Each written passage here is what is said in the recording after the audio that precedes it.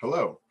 On this show, this introductory stream of a new era, I would like to discuss the phenomenon of Ong's hat. I think it's especially interesting with the recent UFO sightings in New Jersey, of course. And I'd also like to connect this with the work of Ben Zweibelson. Ben Zweibelson is a philosopher of conflict. He's the Strategic Innovation Group Director within the United States Space Force. And he's written a monograph about the impact of space.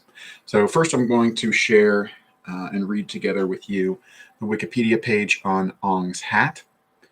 And after that, we'll take a look at Dr. Zweibelson's monograph about the space domain. So first of all, let's go. So here we are, we're at Ong's hat. So the first thing to talk about is that Ong's hat is considered an alternate reality game. So let's first talk about this. An alternate reality game, ARG, is an interactive networked narrative that uses the real world as a platform and employs transmedia storytelling to deliver a story that may be altered by players' ideas or actions. So this is already very exciting for me. The label involves reality. Anyway, the fact that it uses the real world as a platform, this is reminding me of maybe this essay called What is an Apparatus by Agamben. It could be, yeah.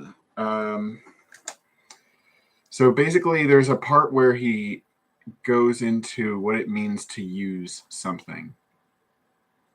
But I'm not sure if it's here.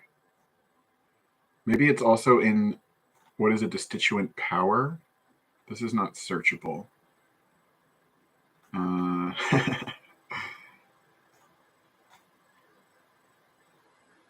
So let's see. The friend, I guess not. So let's check. So yeah, sorry for this, but yeah, this sort of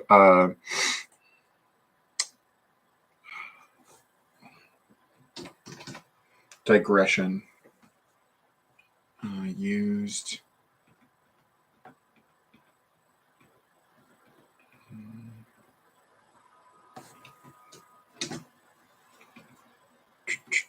So I guess not. Anyway, there's a part where Agamben is basically talking about use, and like basically from what I picked out of that, it's that use is sort of like an interplay, right? We might think, oh, I'm going to use this, and now I used it up.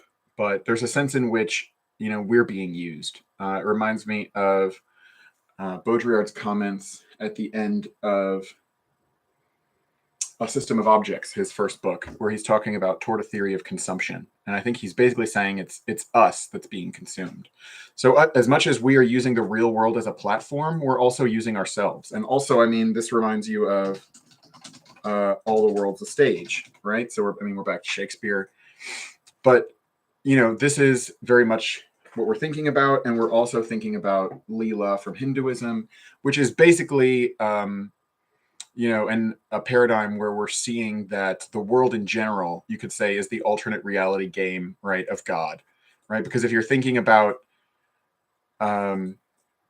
as I do, incarnation, the conceit of incarnation, if you're imagining the absolute as disembodied, outside time, whatever, it's the idea that in order to have the experience, right, that we have, you have to create a whole world. I think there's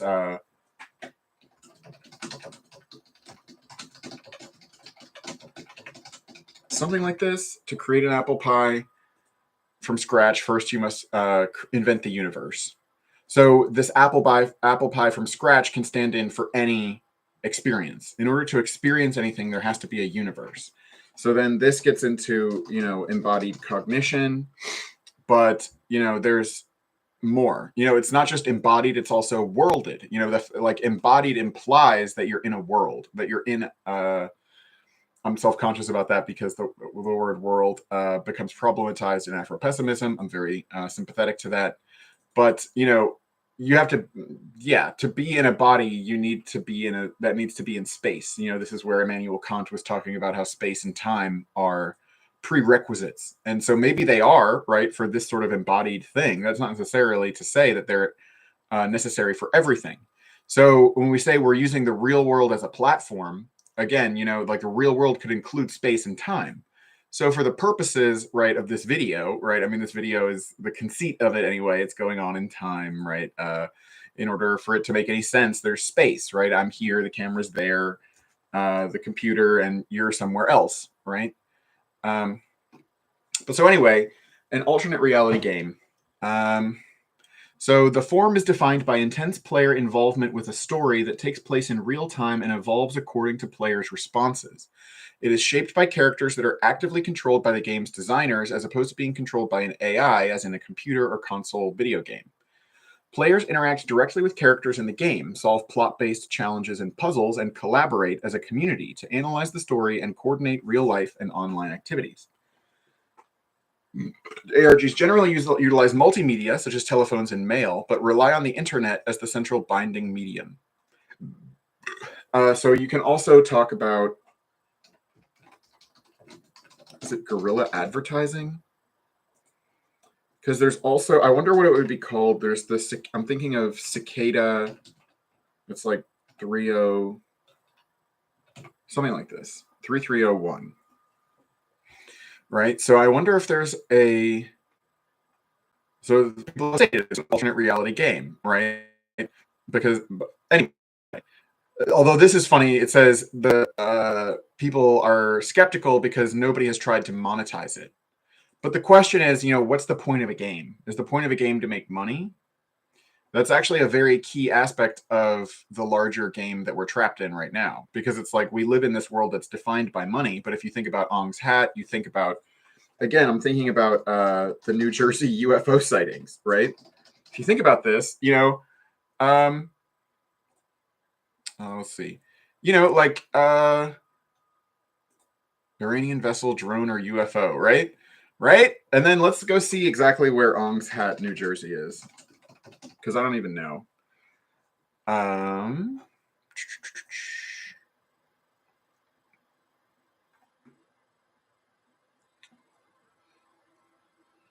Mm-hmm.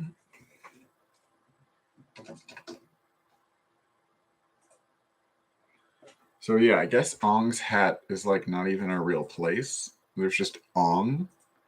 I don't know why it's called Ong. But anyway, it's over here, so it's a bit inland. So maybe it's a little, I don't know how close it is to wherever, some UFO sightings are going on. But it's fun. Really, I'm having fun here, right?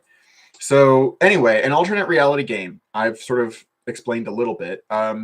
There's a fun article about QAnon being, I guess it's this one.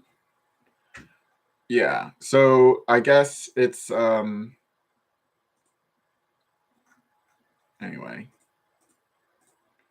I don't know if I can just get it here. I guess I can. Right. So this is an interesting article. This is not a game. Exploring QAnon conspiracy as an ARG through the lens of Theodore Adorno by Corbin Poyer. So I can recommend this. So like QAnon is a good way for us to think about it. It might be more intuitive, right? Because you haven't heard of Ong's Hat yet.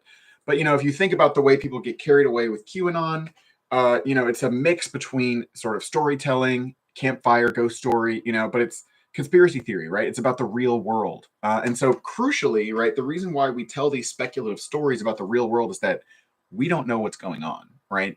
So in a way, this is always happening. So I think you can tie in the idea of an alternate reality game. It's really important not to get too stuck on this label, right?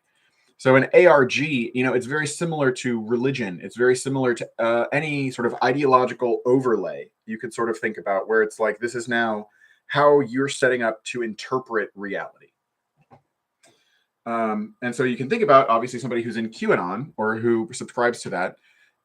There's still many variations, but, like people, they're concerned with pedophilia and, conspiracies among the powerful or whatever.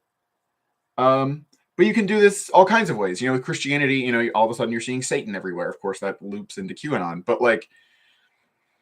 If you're looking, whatever, it's sort of like confirmation bias. You'll see what you're looking for. And so an alternate reality game is basically a framing device, right? It's a framing device which you are using to then interact with the world. Actually, this is really interesting for me, even in like thinking about my personal development, because I think that there's something about this in the language of psychoanalysis or something, which I don't subscribe to, by the way. But it's like basically the idea of like forming your ego. So there's like a sense, there's a place where your pre-ego or your ego is like not well defined. You're not going to stick with the ego. Eventually, there's places to go after. But it's sort of like I think I've heard people say related to Buddhism or Hinduism, like in order to give up, in order for ego dissolution to happen, it actually has to be evolved to a certain point. And I'm not sure if I'm invested in all these narratives, but the point is that you can imagine that the challenge for us is to get to a place where we're not as locked into one game, right? So the point of what I'm trying to do is not to be like Ong's hat is real and that's the framing device, ultimate framing device for everything.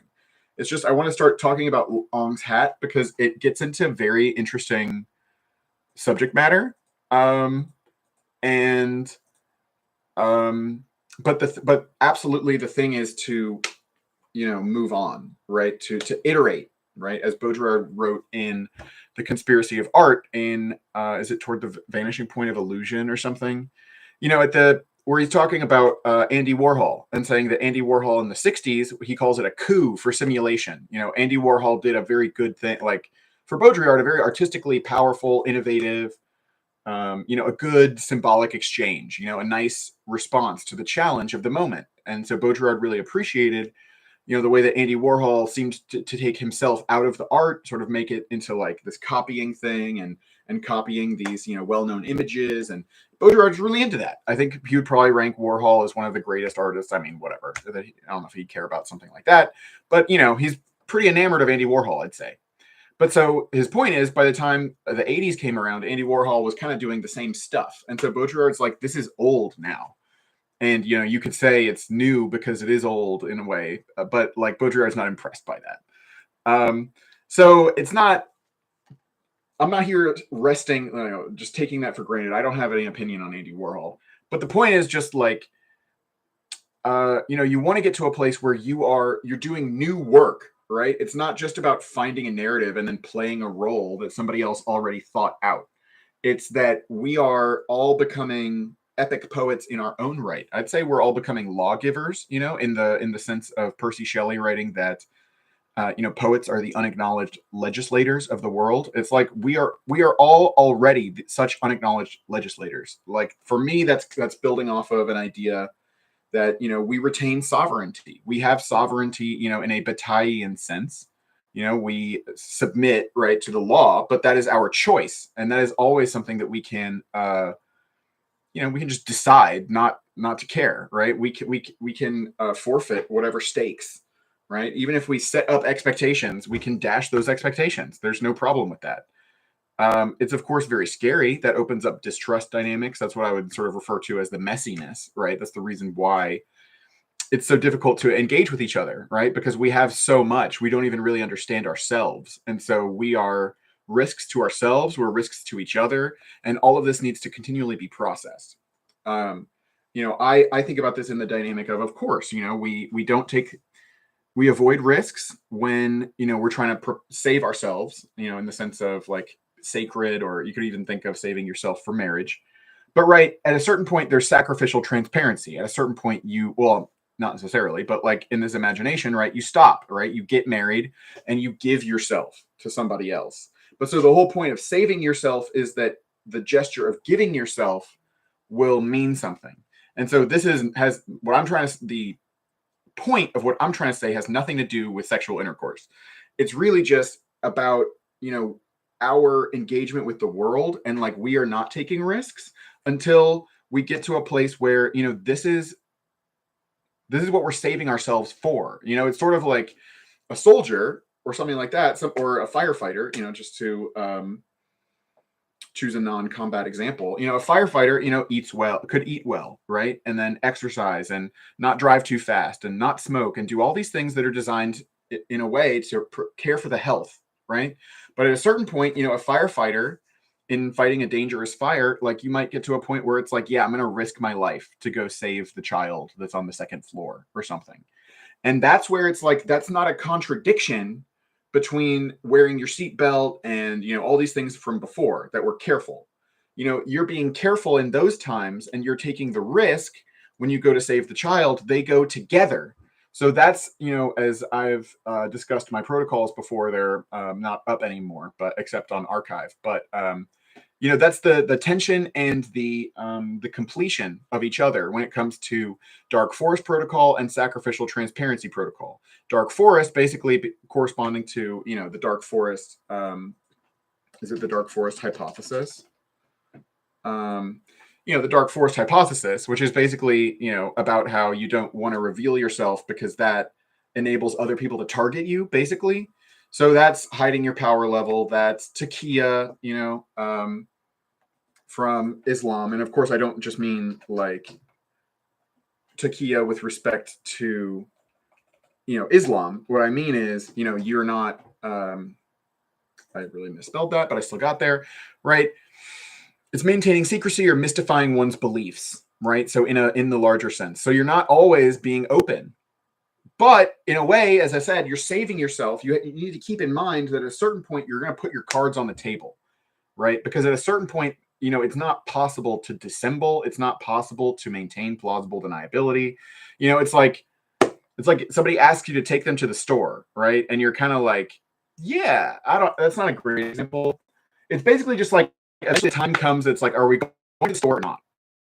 Right. And it's at that point that, you have to make sacrificial transparency of like, either we're going and now I'm taking the risk, I'm driving you, whatever it is, or I have to dash your expectations, which is another form of risk, right? So in terms of sacrificial transparency, you could also, in Dark Forest, like you're playing into equivocation, you're playing into the projection that you're trying to be not necessarily all things to all people, but you could basically be trying to send different messages and cultivate different sets of expectations in different audiences that are even mutually exclusive. Of course, different expectations could all be fulfilled, but it could also be that, you're cultivating expectations you have no intention of fulfilling, right? Because you're being deceptive.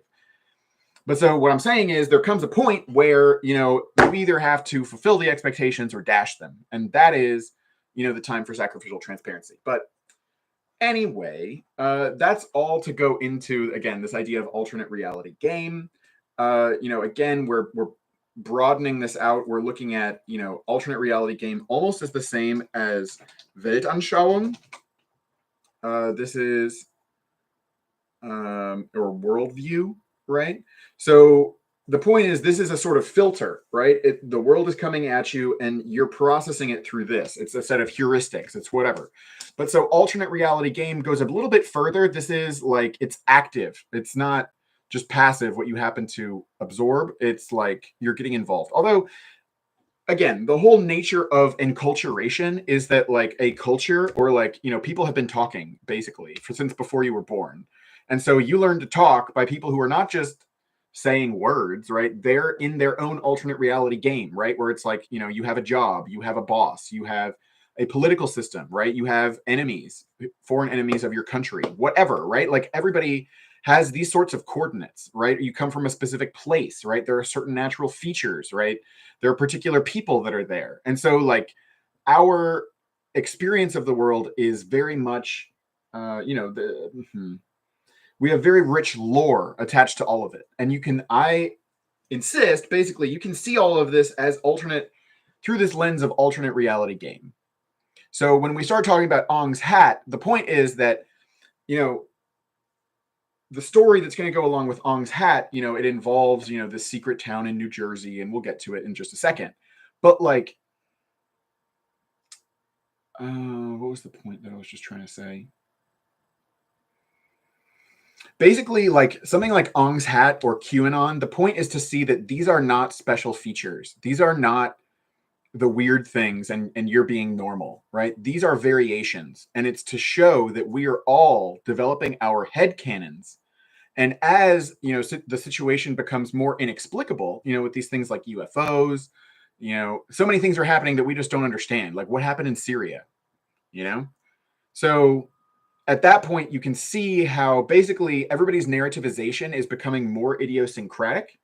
And yet you're also finding new points of commonality that are, unexpected or are outside of known parameters. You could also think about, how people have come together, or, this whole idea of Mangione as a folk hero.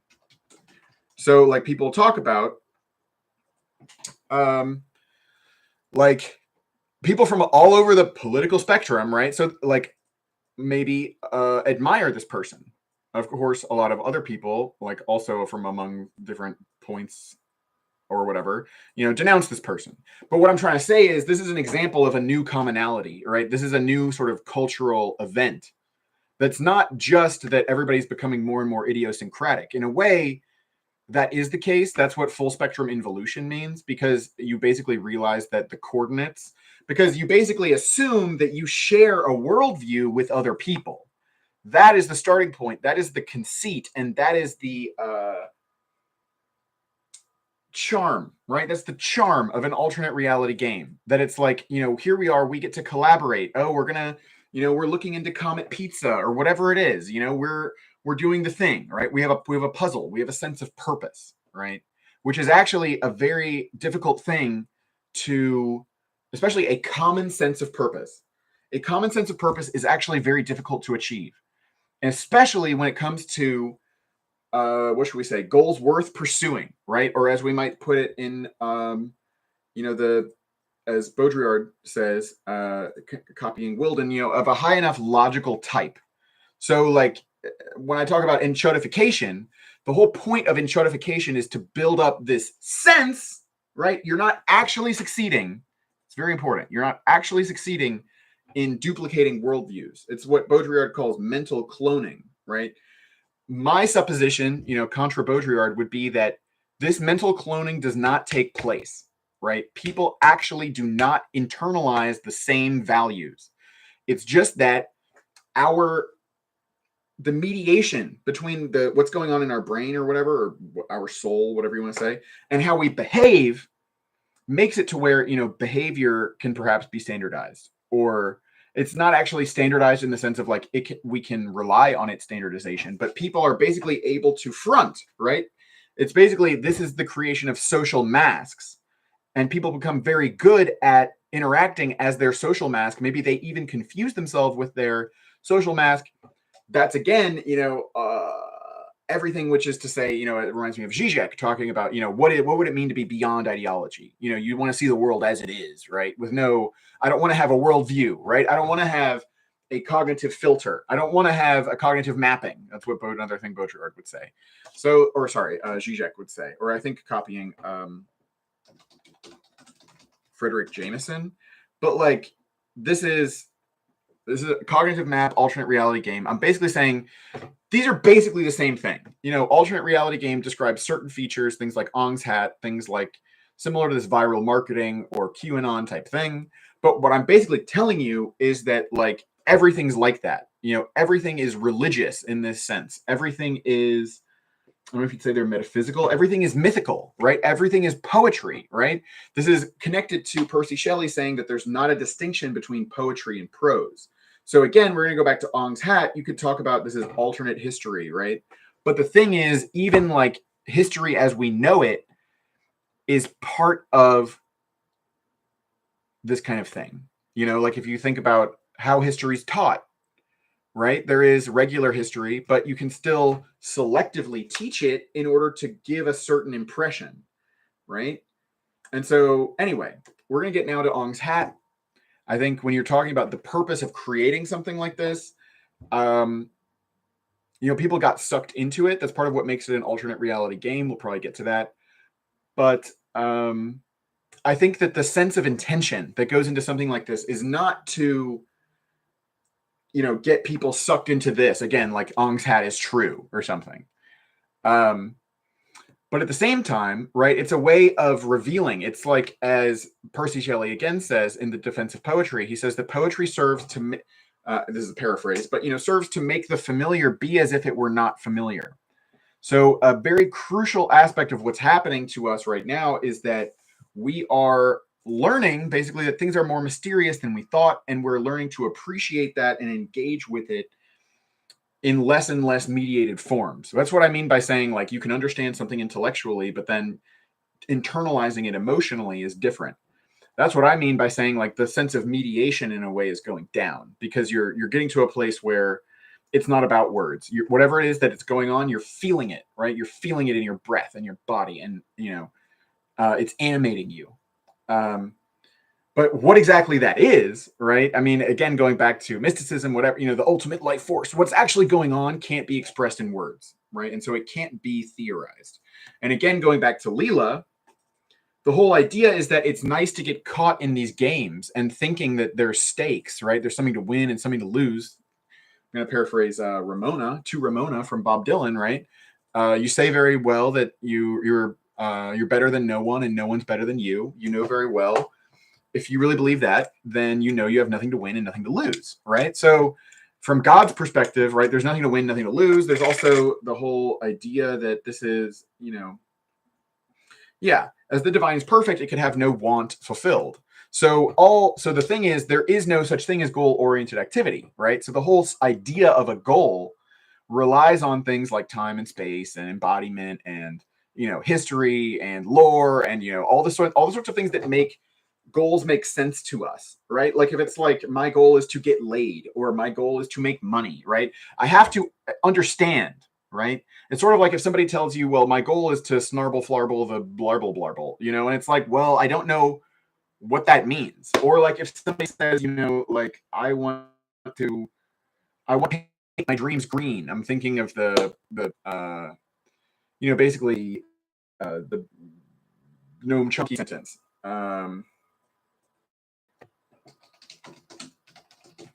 I think this colorless green ideas sleep furiously, right? So the point is, this has words in it, but like it doesn't. What do you mean, right? So in the same way, like you could imagine a psychotic or somebody who's just rambling, speaking incoherently, talking about I have a goal, I need to climb the waterfall and talk to whatever. It's like what is that? Whereas like if I tell you that the United States has the goal of not allowing a peer competitor, right? That seems to make more sense. Or if I say, again, my goal is to get laid or whatever, like that makes sense. You understand what it is that I'm talking about. So that's where, again, this lore, there is, and this is now reminding me of, Aristotelian dialectics, where it's like you're starting from common premises. And so this also loops into things related to archipelago of design, which, for example, co-designing with the enemy, right? So how could that be possible? The point is that you actually do have shared premises even with your enemy, right? It's sort of the thing where, terrorists or whatever, they'll use cell phones, or the kind of thing where it's like, oh my God, they used all of the technology of the modern world, but they still reject it. And it's like, yeah, like, I'm sorry, did you think it's the sort of thing where it's like, oh, if we let China into the World Trade Organization, they'll become liberal. And it's like, It's like, the thing is, you're not even as liberal as you think. So that's where it's like, the point is not to make this, a little point about, the West is hypocritical or whatever. No, the point is just that it's like, we are mysterious to ourselves. And as much as we're trying to like advance, like, here I am, I'm defending the West. We're doing freedom of speech, or, I'm a Marxist, I'm sticking up for a class, whatever, or I'm an anarchist, we're going to abolish power, or whatever it is, I just want to be left alone, whatever it is, it requires, as Quine would say, right, a background theory. So every theory requires a background theory. I wonder if I can find, it might be this. There's something, this is pretty good. It's impossible to experimentally test a scientific hypothesis in isolation because an empirical test of the hypothesis requires one or more background assumptions. The thesis says that unambiguous scientific falsifications are impossible. Okay, so I mean, this is just amazing, right? Anyway, but the point is just that like you require background assumptions. So that is, we're back to, things like Munchausen's trilemma. And I'm going to get to Ong's hat here in a second, but it just requires some introduction, right? So the point is, oh God, we came onto the German one. So Munchausen trilemma, right? So this is basically dogmatic argument, right? Which rests on accepted precepts, which are merely asserted rather than defended. So, because if you actually tried to defend every precept, right, if you actually took it upon yourself to defend everything that you had to say, you'd enter at best into this regressive argument, where everything that you say requires more to be said to justify it.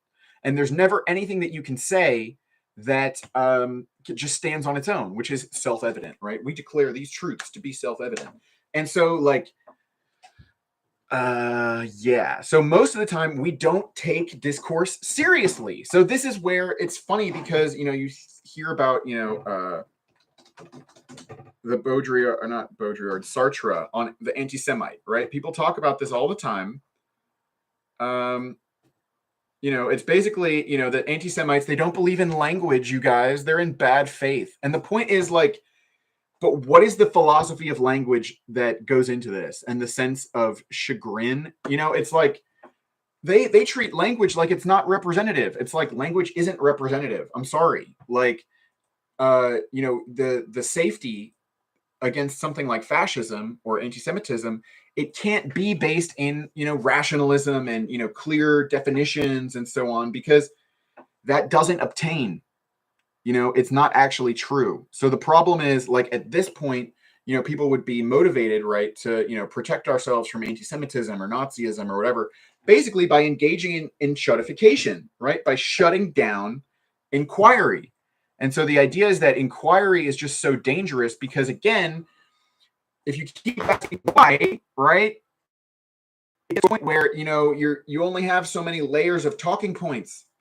And all of a sudden, you're going to run out of talking points. So if you notice, how, bots will argue with you online, right? And people who are just trying to, like, shut you down or make you look bad, these people are not going to engage, or I mean, people, right? These interlocutors, the robot or the person, right, is not going to engage with you on the detailed substance and take it seriously. They're going to wind up saying something like, oh, everybody knows what this means. And they're going to basically ad hominem you and blame you and use whatever sort of logical fallacy or rhetorical device they can use to discredit your questioning of a certain precept, right? And because they're not actually able to keep going down and justifying. So the point with that is the relevance of that for Ong's hat, or say QAnon, is something like, because people will say, oh, QAnon is crazy. And of course, I'm not particularly invested in QAnon. But, the whole sense of, like, well, what are the elites up to, right? It's secret, right? And, it's come out, right? There have been pedophilia conspiracies and rape conspiracies, or, like, scandals, right? P. Diddy is going down right now.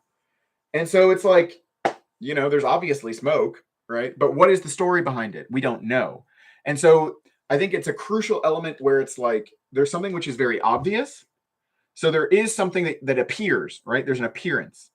And it also seems very important. And yet it is mysterious. And then it requires speculation, and then it requires the interrogation and the challenging of those who are presumed to know. So that's why when we're talking about, this Iranian, the UFO thing, you have something which is apparent, right? People see things in the sky, right? It seems important because, I mean, things that are flying, these drones, I mean, they could kill us. They could be surveilling. Like, it seems important, right? And it's obviously high technology, right? So that's powerful. Again, important. And third, right, we don't know what's happening. Who's doing this? We don't know. And so you go and you ask the people who seem like they would know, right? So you can see the Pentagon giving a briefing. And it's so funny because people are like, or the Pentagon is basically like, we don't know what's going on, but it's not a problem. So basically they're saying this, it's ours, but it's not, or at least it's not China and Russia or whatever. But so basically, it's very equivalent to, having an argument with somebody and, you get into a conflict, and now, or even better is, like, somebody commits a crime.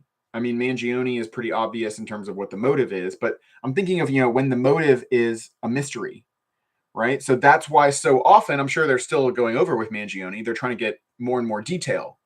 But it's even more, if you just kill somebody randomly, whatever, people want to know why you did it, right? Because something happened, it's obvious, somebody's dead.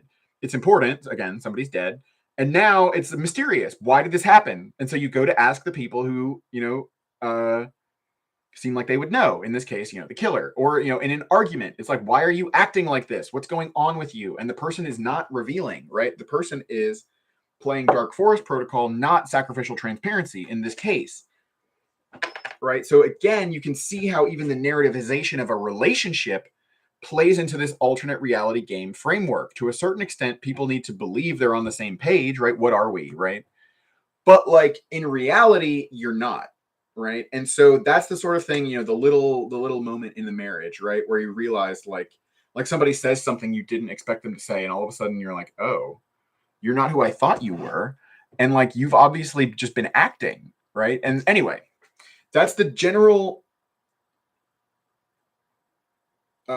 impression, situation, the general scenario that we're in with respect to the world, because the world presents itself to us and we create certain expectations, even though we don't have the knowledge, because there's a certain regularity. Like I think if I go out into my car, I can go and I can drive, there'll be traffic lights, I will stop, other people will stop, etc.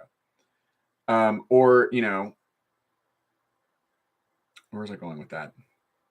Yeah, we have these expectations, but then like they can become dashed. And so that's what's going on in our historical moment when we have more like, oops, all black swans. Like we're trending toward a time when there are only black swan events, in part because we're no longer forming expectations.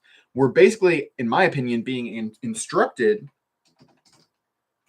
I mean, not necessarily through intention, but like, we are being, I think that basically, we are being put in a place where, we, our expectations will be frustrated. That doesn't mean that things will be bad. I'm not a pessimist. The way that I would put it is things are so much better than what you were expecting. And like when I bonded with somebody about this, it's sort of like parents who put expectations on their children. It's like, no, I'm not going to be a doctor, mom and dad. Like it's going to be better than that. Like hard to believe, but whatever, it's like, yeah, sorry, I didn't fulfill expectations, but like, it's not because it's going to be bad. It's going to be better than what you expected. Not even, but also not just better in the sense of a quantitative. Like it's not like I'm going to earn more money than a doctor, right? It's qualitative, right? It's beyond the terms of the expectation. Right? That's what's important. So anyway, something like Ong's hat, I would say is basically a vehicle for us to interact and interface with, a bunch of disparate elements that don't receive a plausible narrativization. So basically like, we have things like the JFK assassination or in UFOs and, just inexplicable scandals, Jimmy Hoffa, whatever it is. It's like, what's going on? We don't know. We don't receive like a story about it. And so things like Ong's hat or QAnon are attempts to create stories that weave together these elements. In that way, they're neo-religions, right? Because the religions of old, like we're doing the same thing. It's just that in the modern era, there's so many more different events. There's so much which is in the public memory, So to create a modern religion, you have to narrativize everything which is known. Whereas in the past, so much less was known. And so that's why, you have this basic, I think about it like the vocabulary that's in Proto-Indo-European or the language that's in the Bible. There's like much fewer specialized terms. They're not talking about neurochemistry, right? They're talking about, time and tide happened to every man. They're like using these evocative images that people would know because everybody knows about the same shit. Like everybody sees trees. I mean, if you're in a desert, not really, but like, nobody knows what World War II is or like, back in the day, whatever, that mechanism, the computer they used to look at the stars. You can't talk to everybody about that. Not everybody knows about that, but everybody's seen the stars, right? Anyway, so that's where when we're talking about Ong's hat, everybody knows, or at least everybody has the ability to find out, oh, there's quantum mechanics. Oh, there's special relativity. There's a problem with physics. Like we don't know how the world works. That's interesting. And in the meantime, oh, the government's doing some secret things, and we don't know what's going on with that. Maybe there's some secret installations. And so Ong's hat, as I'm going to get into right now, is sort of a narrativization of this. And so everything that I've just said is just sort of like things to keep in mind as we think about Ong's hat and as we move on into the philosophy of Dr. Zweibelson. So with that being said, I'm just going to read through this Wikipedia page now. It's actually not very long. So Ong's hat. Ong's hat is one of the earliest internet-based secret history conspiracy theories. It was created as a piece of collaborative fiction by 4 core individuals dating back to the 1980s, although the membership propagating the tale changed over time. Ong's hat is often cited as the first ARG in many lists of alternate reality games. The characters were based in the ghost town of Ong's Hat, New Jersey, hence the name of the project. So let's talk about Ong's Hat, New Jersey. Ong's Hat, also Ong, is a ghost town in Pemberton Township, Burlington County, in the U.S. state of New Jersey. It is located on Magnolia Road, County Route 644, west of the 4-mile circle where New Jersey Route 72 intersects with New Jersey Route 70. It is the northern terminus of the Batana Trail. Although it was never more than one hut, Ong's Hut, it still appeared on some maps as of 2006. A road in the area is named Ong's Hat Road. It is also called Budtown Ong's Hat Road. It was completed in 1929, replacing an earlier dirt path. So already, like, what we're on the lookout for is just lore details. We're world building here. We're just building chains of associations to build up the idea of what does Ong's Hat mean, right? Because we're suspending our disbelief, right? We're entering into a world where, it matters, right? In part because of, this stuff going on with UFOs. This is going to wind up being somehow related to that, right? So it's just something to explore. But so notice, right, it was completed in 1929, right? The year of the stock market crash, the year Jean Baudrillard was born, right? So like we already have, some solid connections and also notice that this is me already from the beginning. I don't actually know that much about Ong's Hat. I read about it before, but there's so much more to read and there's so much detail I've forgotten. So this is actually me going through it like with you. Anyway, the point is, even as I'm getting my feet wet with Ong's Hat, I'm already building in my own associations. Another one for me would be, the idea of the hat, going from the hut to the hat is interesting. And one of the two key references for me, now they're already multiplying, right? So it's like, what do you hang in your hat on, right? And of course that's a hook. So that's all. Now I'm getting a second order allusion to I Left Without My Hat. Basically, that's a reference to Bob Dylan's 115th Dream. I think it's the one where he's like sailing to America and says hi to Christopher Columbus and stuff at the end from Bringing It All Back Home. So, food was flying everywhere. I left without my hat, right? Oh, also relates to The Simpsons. Suspect is hatless. I repeat, hatless. But then what I was saying was, what do you hang your hat on?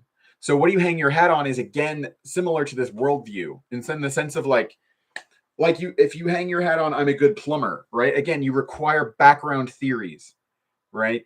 And obviously we take all these things for granted, but it's like you have to believe there are other people, that you go to their house, that you fix their plumbing, that they give you money, that you can use that money to support a family. And so these are the sorts of elements that make it to where you're hanging your hat, right, on your skill as a plumber. But you could also hang it, right, crucially, that involves behavior, right? You hang your hat on, like, what is it that makes you a good person or something, or that whatever makes you feel good about yourself? That is like behavior, but it also requires a cognitive mapping to make sense. Even the idea, the injunction that you need something to hang your hat on, right? That the idea that other people will question your worthiness and that you need to have something to say, right? That is another background assumption, right? So I mean, like a guru, right? They're not hanging their hat on anything. Like, I mean, a true guru, like Buddhadasa, or like basically what I mean by that is somebody who's post-normal or something like that. Anyway, we're getting into that. Anyway, but so hanging your hat on it, then I want to refer to Joanna Newsom in her song Good Intentions Paving Company. She talks about the hook on which everything hangs. And the hook on which everything hangs, okay, so that's what's like, what are you hanging your hat on? You're obviously hanging your hat on the hook on which everything hangs, because everything is hanging there. Right, but then you're also automatically thinking of hanging as in, hanging by the neck until dead. You're thinking of picnic at Hanging Rock, and so on and so forth. But the point is, the hook on which everything hangs is like the ground of being, right? It's the absolute. It's whatever. And so, anyway, we're building these associations. So the name of the place may have originally been Ong's Hut. A well-known folk story attributes the name to a local man who was a fixture at local dances, wooing women with his suave attire, especially his silk hat.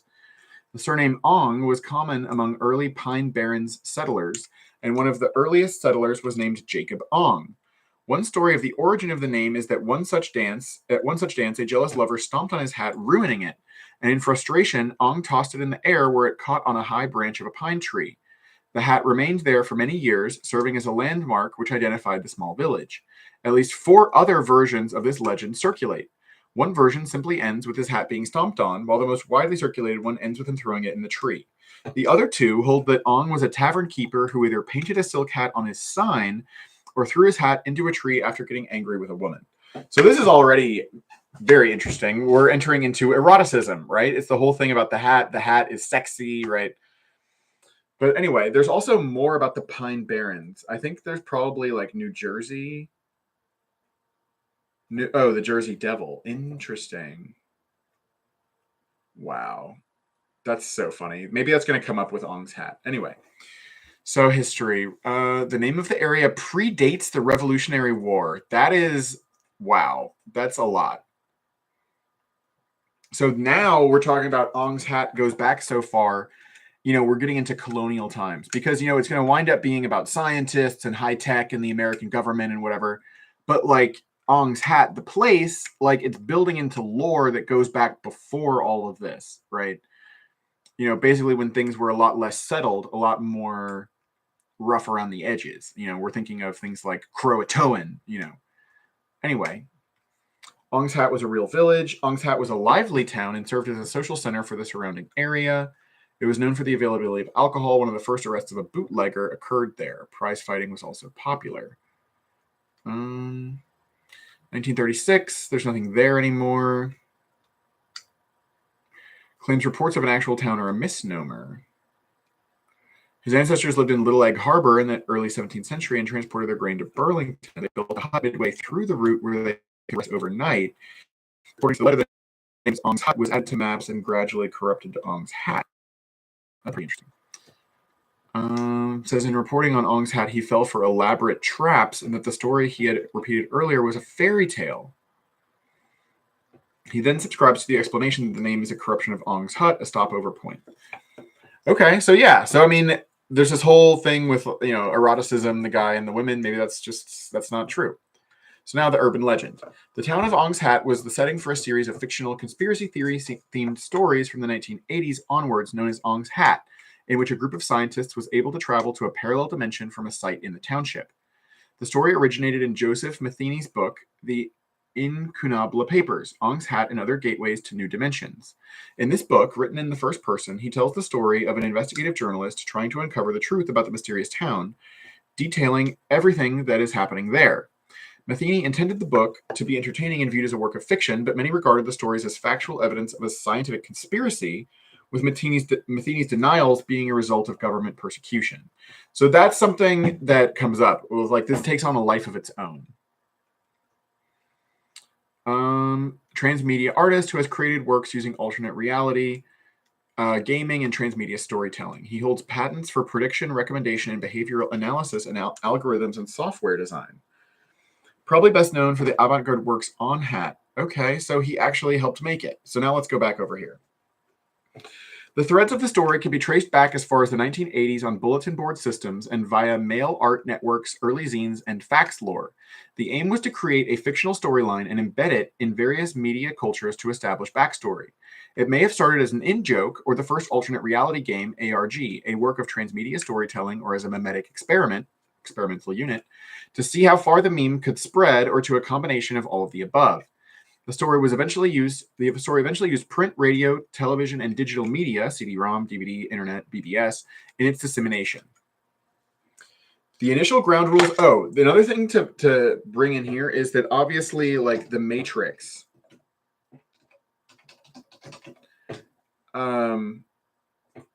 is important for this. So, like, they obviously took inspiration from Ong's Hat, but there were so many different things. The Matrix is a video game, and it's the Animatrix, and it's movies, and there's all these sorts of things. And I think there's so much more than I even appreciate. But, it's again, you're using all sorts of things. It's stuff hidden in books. It's all this little stuff. It's humoring something like schizophrenia, right? Where it's like, the license plates are talking to me.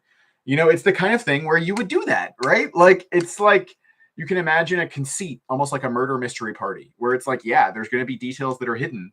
And like, you're supposed to be engaging your pattern recognition. But part of the fun of it is it creates this mania, right? Where there's a lack of distinction between like what it is, like what patterns that you're picking up are valid and what are not, or like a distinction, you could be picking up valid patterns, but were they intended? And so I think from the standpoint of designing an ARG, and what's interesting about it is that you're playing with people's pattern recognition, and you're messing with it, you're playing with it in a certain way, but crucially it can have effects that you don't intend, right? You're not designing the entire outcome, right? It's just you're getting people questioning, and who knows where that questioning will take them, right? And so it's sort of like you're setting their mind free, right? You're creating interference, right, with their normal, like with their pre-existing or indigenous, right? Very crucial word that I just used there. All right, their indigenous, right, mental frame, their cognitive mapping, the alternate reality game that they're already playing. So yeah, where it gets interesting is, with our conceit of reality, it is that, everybody's already part of the same story. So that's where, every story is imperialistic, because we're all making claims about the world, but the world all hangs together. So if I'm making claims about the world that are true, no matter what you say, then whatever you think is the truth must be in conformity. Or, I mean, whatever is actually true that you apprehend, I mean, true, right? But like, it must be consistent with what I say. And so that's where, right, we are, this is competing claims. This is everything from abuse to storytelling to information sharing. Like, like if I tell you you're worthless, all of a sudden, I'm pressuring you to think that way, right? And if you don't think that way, if you say things that deviate from what I believe, I'm going to attack you, basically. Anyway. But, from the more, I also think about it from, I distinguish between the erotic and martial engagements with the will of the other. Again, the will of the other is not actually a thing, but, taking it for granted, what other people want. In the martial conception, you're trying to control, you're managing perception, you are deterring, right? You are killing people so that they can't do what they want to do, right? Or you're forcing them to do what you want them to do. And you're finding, whatever will work, right? Torture or whatever. Whereas in eroticism, you're not, or at least like the way I'm framing this is that in a properly erotic engagement with the will of the other, you could also just say generous or gregarious, magnanimous, playful. Basically, it's like you're not trying to control. It's really not an ethical difference so much as it's the recognition that you cannot control the other, which I guess starts to dissolve the entire conception of the martial approach to the will of the other. But that's fine with me, because I'm fine to advance, the philosophy of martial nihilism, which is basically that, there is no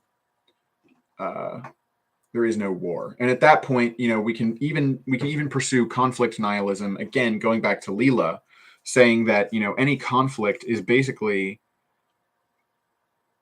something that we wanted to happen, right? So in that sense, there is no conflict. We're all just playing our role. You can go back to the consolation of philosophy, and where, fortune or philosophy or whatever is asking Boethius, right?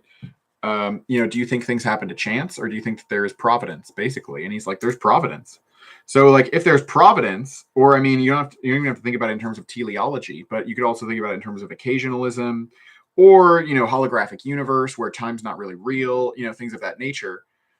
If you're thinking about things in that sense, there's something which is outside of time, which is not causing time before time. It's not that things are caused by things that happen to them before time, but time itself must be caused. And so time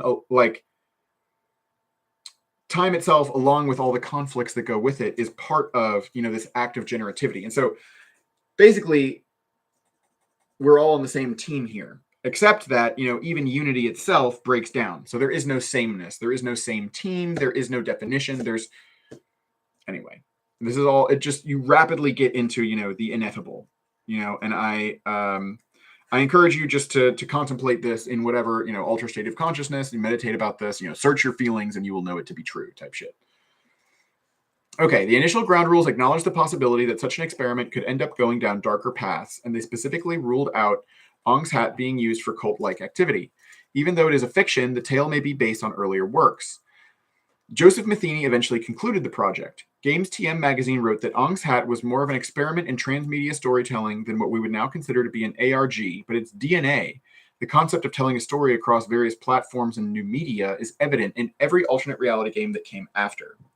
In 2002, LEGO created an ARG for their line of toys for Canadian children's series Gladiator that featured some elements of the Ong's Hat story. Galador. I was like, they made a kids show about Gladiator? That doesn't sound right. Okay, the plot. And this is, now we're down to the juice, right? The action is the juice, and we're here, right? Okay. So this is what Ong's Hat is about.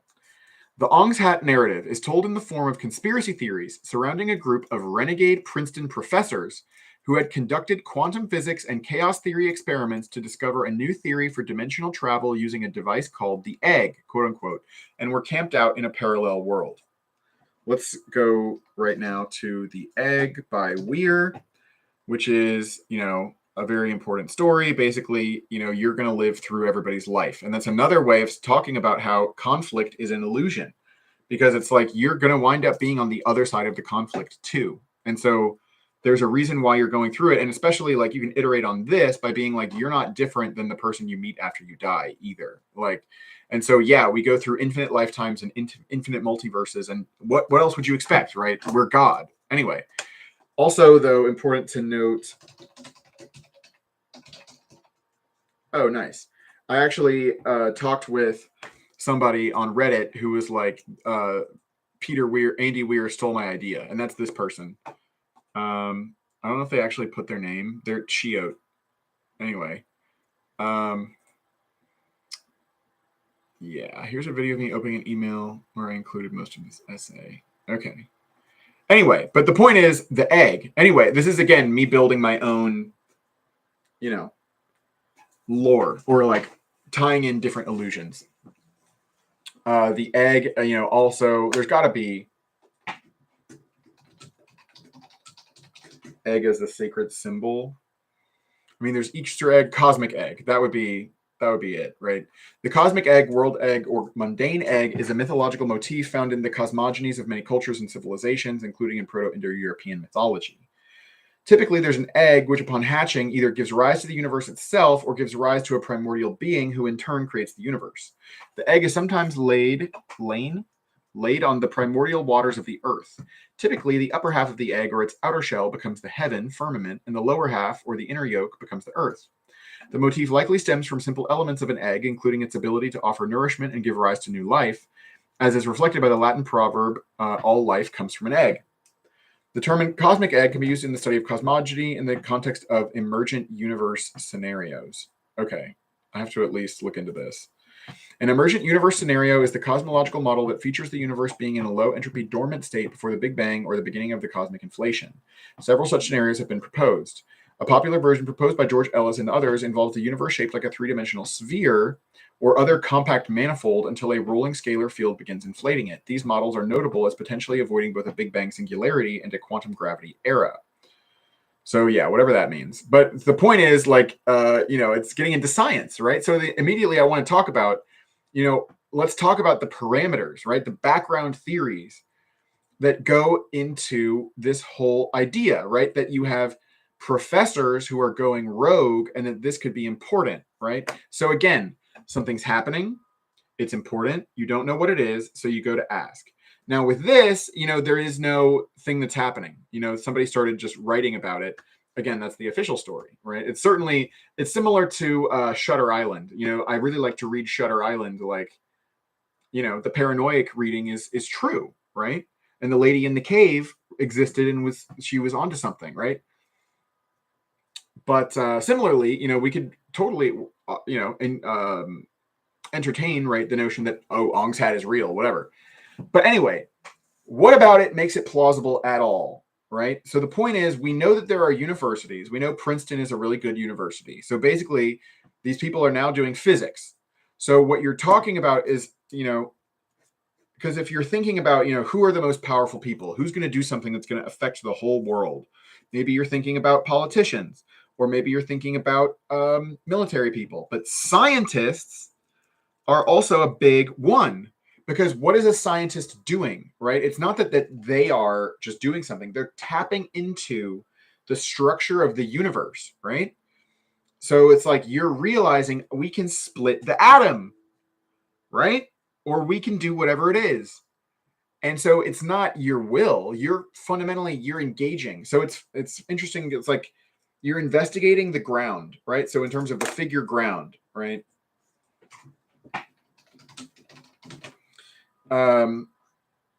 You know, what's the scientific inquiry into the natural world is basically making the ground into the figure, because we used to just, we'd cut down trees, but now we want to know, what is a tree? How does that work? Or, we breathe air. All of a sudden we want to know what is going on here. Obviously we use gravity. We're used to it. We jump, we come down, and all of a sudden we're like, wait a minute, what's going on with this? Why does that happen? So instead of just taking things for granted, all of a sudden we're asking why, right? So in the sense of, again, we're all emergency responders. We're all scientists, right? We all need to start asking why. And this has everything to do with, again, what I call full spectrum involution, which is built off of, right, of course, full spectrum dominance, and then also Baudrillard's, idea of involution as opposed to revolution. Anyway, but so the point is, like, we have to have a background theory where it's like we live in a world, right? We live in a world, and like, all of our countries, we have the United States and France and Germany and, the UK and all this, you have to basically have an image of the world and like, this is what's happening. There's people all over, they're doing stuff. And then, we're doing science. And so by the time we are, in the 40s, we're getting into, or whatever, the 20s, whatever, we're getting into quantum mechanics. We're getting down to the nitty gritty. We're getting down to like what the world is made out of. Right. So this, crucially, like, features of this story are that science has implications for everyone, because we all live in what we call the physical universe. So if somebody discovers a way of manipulating the physical universe, we're going to be affected. And actually, of course, magic, sorcery, I mean, these are the same thing. We don't have to describe the world as physical. We want to talk about energy or whatever. Like, if it exists, that's what I mean, right? Like, if you could actually do it. So that's where, in addition to the scientist, again, we're thinking of the politician, the military figure, these people are very, you could say it's Newtonian, or maybe, right? Basically, like, these are people who have to work with other people. You're doing a lot of things. Whereas being a scientist or being a magician, something like this, right? You don't have to work with other people. You're just doing magic. Basically, you're influencing things by tapping into the direct structure of, like, the world, or direct whatever, And so basically, I'm just trying to get you to see that this is a feature of the story, and that the reason why we're supposed to care is that these people going to a parallel world can have impacts for us. Anyway, this is really just the very beginning. So again, the Ong's Hat narrative is told in the form of conspiracy theories surrounding a group of renegade Princeton professors who had conducted quantum physics and chaos theory experiments to discover a new theory for dimensional travel using a device called the egg, and were camped out in a parallel world. Their story is introduced through two documents. Incunabula, a catalog of rare books, manuscripts, and curiosa, Conspiracy Theory, Conspiracy Theory, Frontier Science, and Alternative Worlds, and Ong's Hat, Gateway to the Dimensions. The story is said to begin in 1978 when a man named Wally Ford bought over 200 acres of forested land and set up an ashram. Interesting. So this is, again, we're immediately connecting to Indian religions, right? So this whole idea, Leela,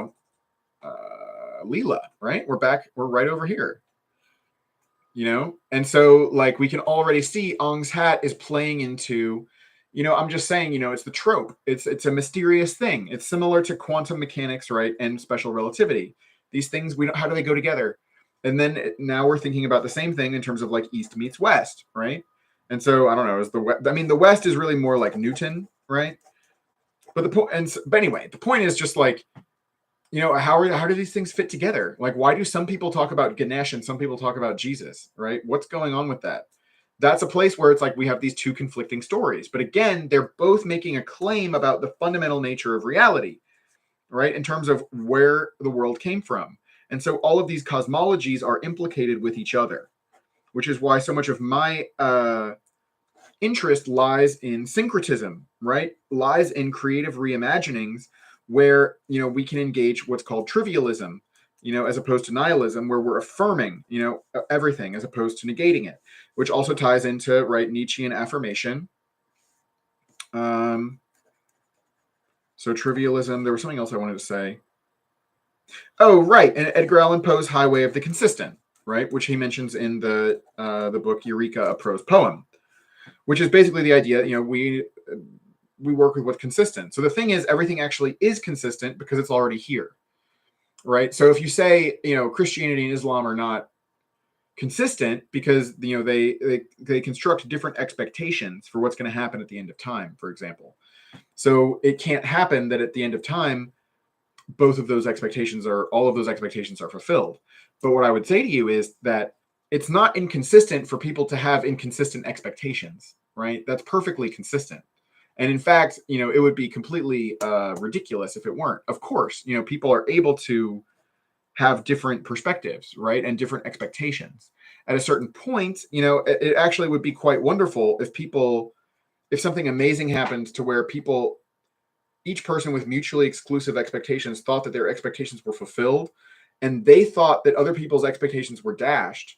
And yet those people who, they assume had their expectations dashed actually also had their expectations fulfilled, at least as they're narrativizing it to themselves. Because again, we can be self-deceptive. I mean, that puts such a negative stank on it, but it also speaks to the question of our ultimate goals and our intermediate goals, because to an extent, we're always able to let those intermediate goals fall when, it becomes clear that they're no longer on the way to the ultimate goal. So if we basically just get our ultimate goal fulfilled, we won't necessarily take it too badly that, the expectations, the intermediate goals that we expected to be on the way, that they didn't happen.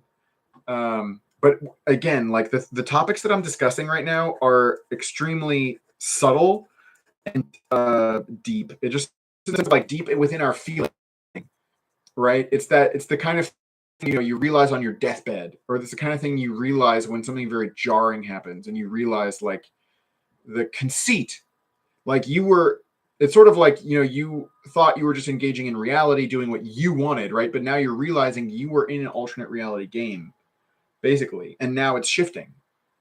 Anyway, but so the whole idea of Ong's hat involves now an ashram, right? So we're doing Indian religions. So this is all getting very interesting, right? This ashram was built for seekers of spirituality, politics, tantra, and psychopharmacology.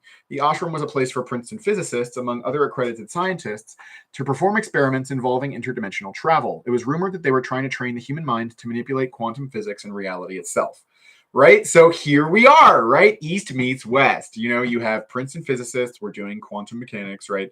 But we're engaging with, the Tantra. We're engaged. So the whole idea, right, is that Hinduism, or this again gets at convergence. Everything that rises must converge, right? Which is to say that anything which goes on long enough, any story that keeps going needs to merge together with all the other stories, right? So like that's what I think is interesting. Building crossover appeal, building crossover things, again, that can meet multiple sets of expectations at the same time. And yeah, just be very, very engaged in parallax, but also certainly not Machiavellian, but not in an insincere way. You're not cultivating illusions exactly. What you're doing is you're revealing. And ultimately, this process of revelation, it's sort of like, increasing the exposure on a picture until it becomes white. And so the various features, disappear at different times, right? So it's like, we're in purgatory. We're burning off everything that's not divine. We're going back to the pristine state. But of course, that pristine state is destined to create another world, or whatever. If that's from the standpoint of time. There's other standpoints where time's not passing. None of that is occurring. Anyway, what I'm trying to say is Ong's hat is so interesting because it opens up, right? It opens up. And I mean, it's happened before, right? People have been talking about it since literally the 20s and so on. You can go back, look at things like theosophy, right? But so that's where, like, this is a very expansive story, and you can easily see how just this part where you're integrating science, again, within a story, right? You're integrating science, spirituality, mysticism, like our will can engage directly with the structure of reality, things of this nature. Like, this ties into every story, right? This story has things to say about, in particular, back to every religion. And it reminds me of, the Eternals, the conceit of the Eternals, I was blown away by the closing credits of that movie. And I know it's not just a movie, but like, it basically shows how like all of the world religions, like Buddhism or Christianity or whatever, like they all get everybody who has special powers and special energy or whatever, that's all coming from the lore of this Marvel thing, right? Because it stands to reason, right, that if there is magic, right, if there is something going on with the spiritual world and people interacting with reality itself and so on, it would stand to reason that it's all connected, right? It's not like Jesus is over here and Ganesh is over here. It's like there has to be something which is causing both of them. And so even if you want to stick with one story, like I'm a Christian or whatever, you still need to explain why is Hinduism part of God's plans, especially the kind of Christian I am. I disagree that God doesn't author sin, or I disagree with the idea that there is sin. So for me, God is responsible for everything. I like occasionalism. So at the level of occasionalism, right? Why is God causing Hinduism? Like that's, but also from the standpoint of Hinduism, right? Why is Brahman, incarnating as, Christians that don't believe in Brahman officially or whatever. And so that basically opens up the question for any discourse or any narrative that wants to be saying this is the ultimate story. You have to answer the question of why don't other people believe my story yet, right? And it's optimistic, right? So why do people disagree? So you have to incorporate their disagreement into your own story. Similarly, again, to interpersonal dynamic, where it's like, oh, you think I'm rude? That's because you're an asshole or whatever, right? Like I have a part of my story that explains why you are attacking me. But so crucially, right, this goes back almost to Nietzsche, like this place where we're just like negating each other, like I'm not rude, you're an asshole. It's like what you're doing is you're undermining the claim of somebody else by basically saying that they're an unreliable narrator. But so what I'm saying is that I think it's actually more powerful to go with yes and as opposed to but, or yes and or yes therefore, right? Of course, it's similar back to the idea that there's not actually war, things like this nature, because it's like, well, shit, what was I just talking about? Basically, the thing to say would be that everything that we're doing is actually yes and. Again, going back to Leela, like Shakti is not like when God creates the whole world and does a bunch of things, no part of creation is actually destroying or in conflict or in contradiction, right, with another part of creation.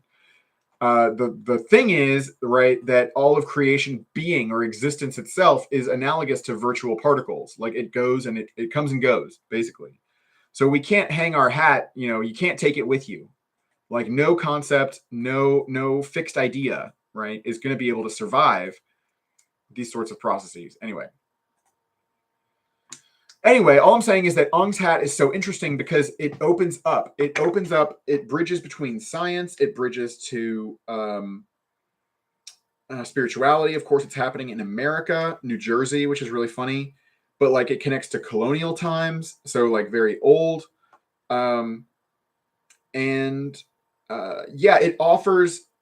It invites somebody who's interested in this story to connect it to everything, right? So anyway, a device called the egg was developed in the late 1980s by these scientists and physicists. This device was created as a variation of a sensory deprivation chamber, and it was used to help them determine when a wave becomes a particle. However, during a test one day, something unexpected happened. It disappeared. A young man who was inside the egg when it disappeared explained that in the 7 minutes the egg was gone, he had traveled to another alternate dimension of the Earth. This other planet was exactly the same as Earth, but did not contain human life. Throughout the years, they continued their experiments. However, when military efforts threatened the research being done by these physicists and scientists, they had to move their site somewhere else. Piece by piece, they moved their ashram to the other Earth. They left behind only the house where the gateway between worlds is held. The only time the people who live in the ashram return is when they need to restock supplies. So yeah, this is so interesting, right? But it's still very open-ended. Obviously, there's so much more. There's entire books about this. But it's like, it's really interesting. It engages with the fantasy of just like moving to where there are no people. And again, like part of the fantasy here is that these people are getting along, right? Because if this was a real movie or like a real thing that would happen or whatever, like the problem would be that the people who go to this other dimension, that they fight with each other. Because as I was saying, part of the fantasy apparently, right, is that you're going to a world where there's no other people, right? So part of what we're trying to do, right, is get away, which is why like this is very peaceful. Like compare this to extermination, right, or a battle royale where it's like this world ain't big enough for the two of us. So you could leave the world, that's what these people do, or you could destroy everybody else. And that's where we're headed with omnism, destruction of each by all, the destructive things that we have going on. Okay. So I'm running out of steam, but I'm still going to try and get to Ben Zweibelson. So let's now talk about Ben Zweibelson and is it space paradigm? Reconceptualizing the space domain. This is what we want. Beyond historic perspectives of warfare. So I'm not going to go through all of this. But so Ong's hat, we basically talked about it. It's just coming up. It's playing with ideas that, because even if, Ong's hat isn't true, right? But like the whole thing with quantum physics and chaos theory, it's like, what's going on with these drones, right? What's going on with UFOs? What is science, right? Do we even know? Are there parts of, it's where you hear stories that, there's entire parts of physics that are classified, right? So it's like, what's going on with that, right? Anyway, Dr. Zweibelson is not going to be able to tell us, but some of these reflections, I think, on the space domain are helpful because if you really think about it, it really shifts your perspective to start to think that we're just going to start dealing with space. Because all of a sudden, Earth is just one place in space where we are. And it's probably going to be the one where there's most people for a while, but like, it really is a lot. So, here's the abstract. Strategies for waging land, air, and sea wars have been ongoing for as long as humans have existed in those domains. Technological advances over the last century have necessitated the development and adoption of war strategies in the space and cyberspace domains. There are significant difficulties in how institutions are adapting technology, especially in artificial intelligence and the corresponding education, in relation to the constraints of the space domain. This work seeks to address some of these issues and offer areas of consideration to individuals who are at the forefront of these domains. So I'm thinking about reading, how long is this introduction? It's very long. Well, we'll skim it. I'm thinking about reading from the introduction and then from the conclusion for now. Maybe eventually I'll do a whole reading of this. Anyway, introduction. War is an unavoidable manifestation of political, societal, and cultural disagreement that expresses in rationalized acts of organized violence. Humans wage war, engage in diplomacy to monitor, regulate, and deter wars, and form alliances and partnerships in anticipation of future wars. So note, this is not obviously immediately relevant to the story that's told here, except that, again, the fantasy of getting away from humans. Why do you want it, or humans, right? Why do you want to get away from other people? It's because of war, right? I mean, I don't know exactly what the whole motivation, it probably gets into it. But that's a big deal, right? So think back to when, we were just expanding across the land. You're fighting with somebody, you just keep moving, right? You go to a place where there are no people, but eventually it gets to the point where there's people everywhere where people can live. And at that point, there's nowhere to go where you aren't going to have conflict with other people. Of course, again, even if you're a band, right? If you're a tribe, whatever group of people you are, you need more than one, right, person to sustain, right? So there's going to be, you're going to bring conflict with you as well. Anyway, military theorists and strategists tend to orient toward new technologies, war tools, and organizational constructs to form hypotheses on how future conflicts might develop and how one should prepare and wage them. These hypothetical efforts tend to tilt toward description, warfare practice, and speculation on how emergent technological or scientific developments might transform war toward an unrealized advantage of the technologically advanced proponent. There is far less critical reflection on how war changes, why it occurs, and how future wars might depart dramatically from historical precedent. Space and cyberspace are new domains where war has already been exercised in limited ways. The initial steps into these domains represent a new era in war strategy, one that will profoundly develop in the coming decades with technological and societal expansions. The first rocket to reach space was launched by the Nazi regime during World War II, and later their captured scientists formed the foundation for the American and Soviet nuclear and space races during the Cold War. The post-WW Deuce American military-industrial complex led to the development of the Internet, originally a Department of Defense contracted experiment in the late 1960s into the 1970s for a computerized national data network the military could exploit for security applications.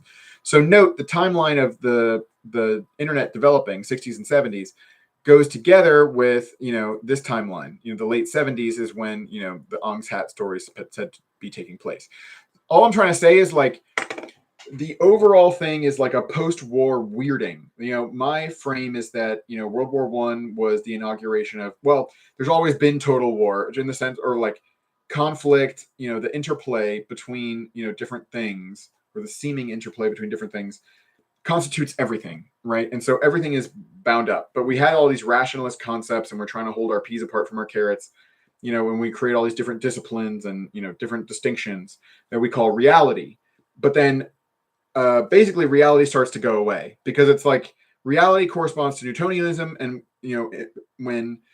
as soon as we're hitting the 20th century, we're doing special relativity, we're doing quantum mechanics, we're realizing the world is very weird, right?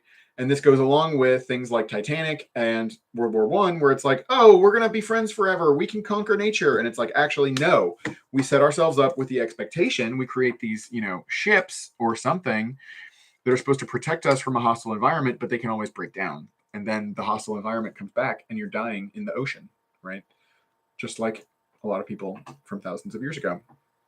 Anyway, the Persian Gulf War from 1990 to 91 is considered the first conflict where space played a significant role, while the post-9/11 era conflicts demonstrated extensive use of cyberspace for military capabilities, from clandestine to overt high-intensity warfare. Yet today, militaries, policymakers, and governments alike struggle to understand what future conflicts involving space and cyberspace will be like, and how they may require new ideas, new strategies, and the adaptation of different military concepts so that the consequences of possible military action are more developed and appreciated before implementation.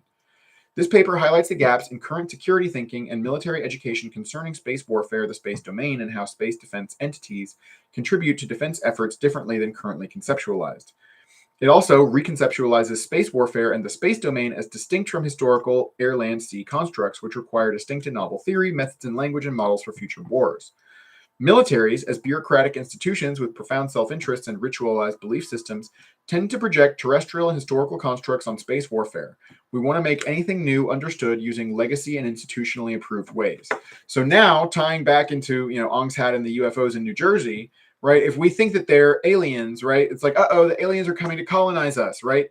And people have often pointed out how we're projecting about our own past. We're projecting our own motives, that we want to conquer territory. We want resources.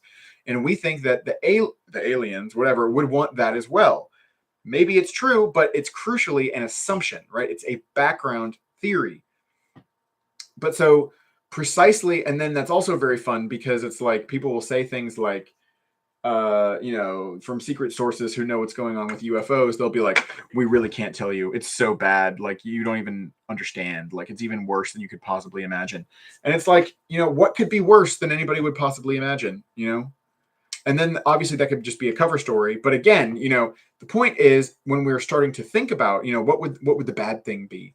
We're thinking about it using, again, legacy, and I don't know necessarily institutionally approved, but we're using legacy concepts, conceptualizations to think through. We're comparing.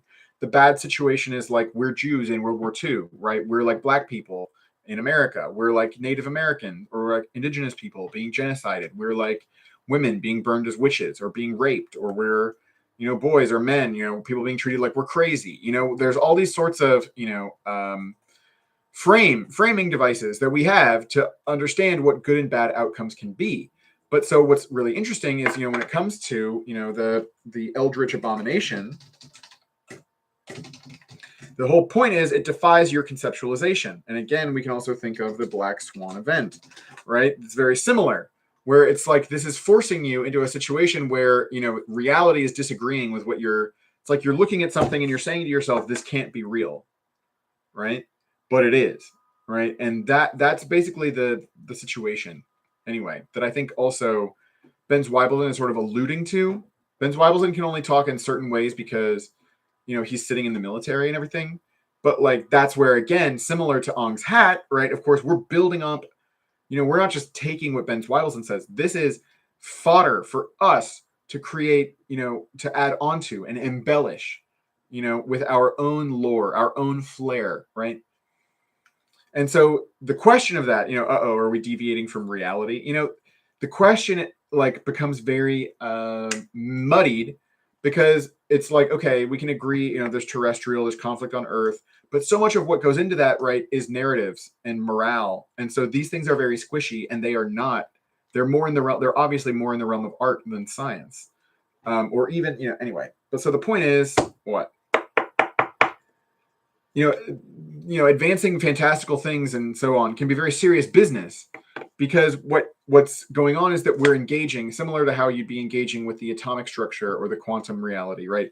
We're always engaging more and more deeply with our own conceptual architecture, right? And that of others. So when I talk about the cultural singularity, I'm talking about, the mutual acculturation that can happen between us.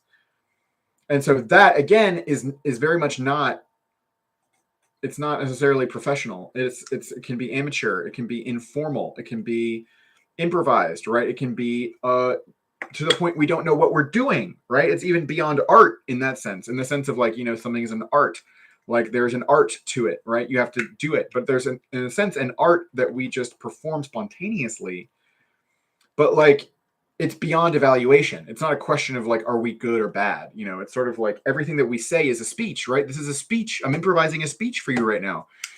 Anyway, when militaries correlate the space domain with terrestrial ones, they consider flawed strategies in military campaigns. Configure. Space warfare is underdeveloped strategically, and many legacy concepts are grounded in terrestrial warfare, forced into what is a different and still unrealized new area of human activity, including war. Just as the rise of steam power transformed how societies understood time and distance, the expansion of human activities into space and the unavoidable security requirements therein require a similar leap from terrestrial to celestial war conceptualizations. War as a human design continues to change its form and function as humanity enables our species to think and act in new planes of existence. And the addition of the space and cyberspace domains represent two profound ways that future war is infinitely more complex, even incommensurate with past conflicts. So the kind of thing I'm waiting for is that for Ben Zweibelson to say that our engagement with what we consider to be conflict might even be incommensurate with the conflict framing. We need to reconceptualize what you just said, social affairs. That's where, for me, all of this is headed. But I at least appreciate, talking about conflict instead of war, because conflict for me seems more expansive. War assumes more, there's more background theory that goes into it, basically. So yeah, I'm super running out of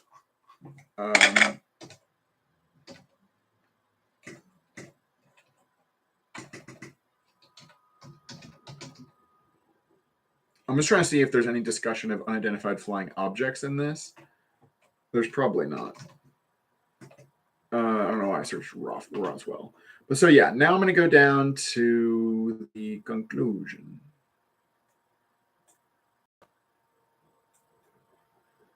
Conclusions. Space is the infinite domain. This is really what I wanted anyway. Space is the infinite domain of future security affairs. So you think future security affairs, you should be thinking, revolution in military affairs. What is this? Oh, this is the same thing. Interesting. Okay.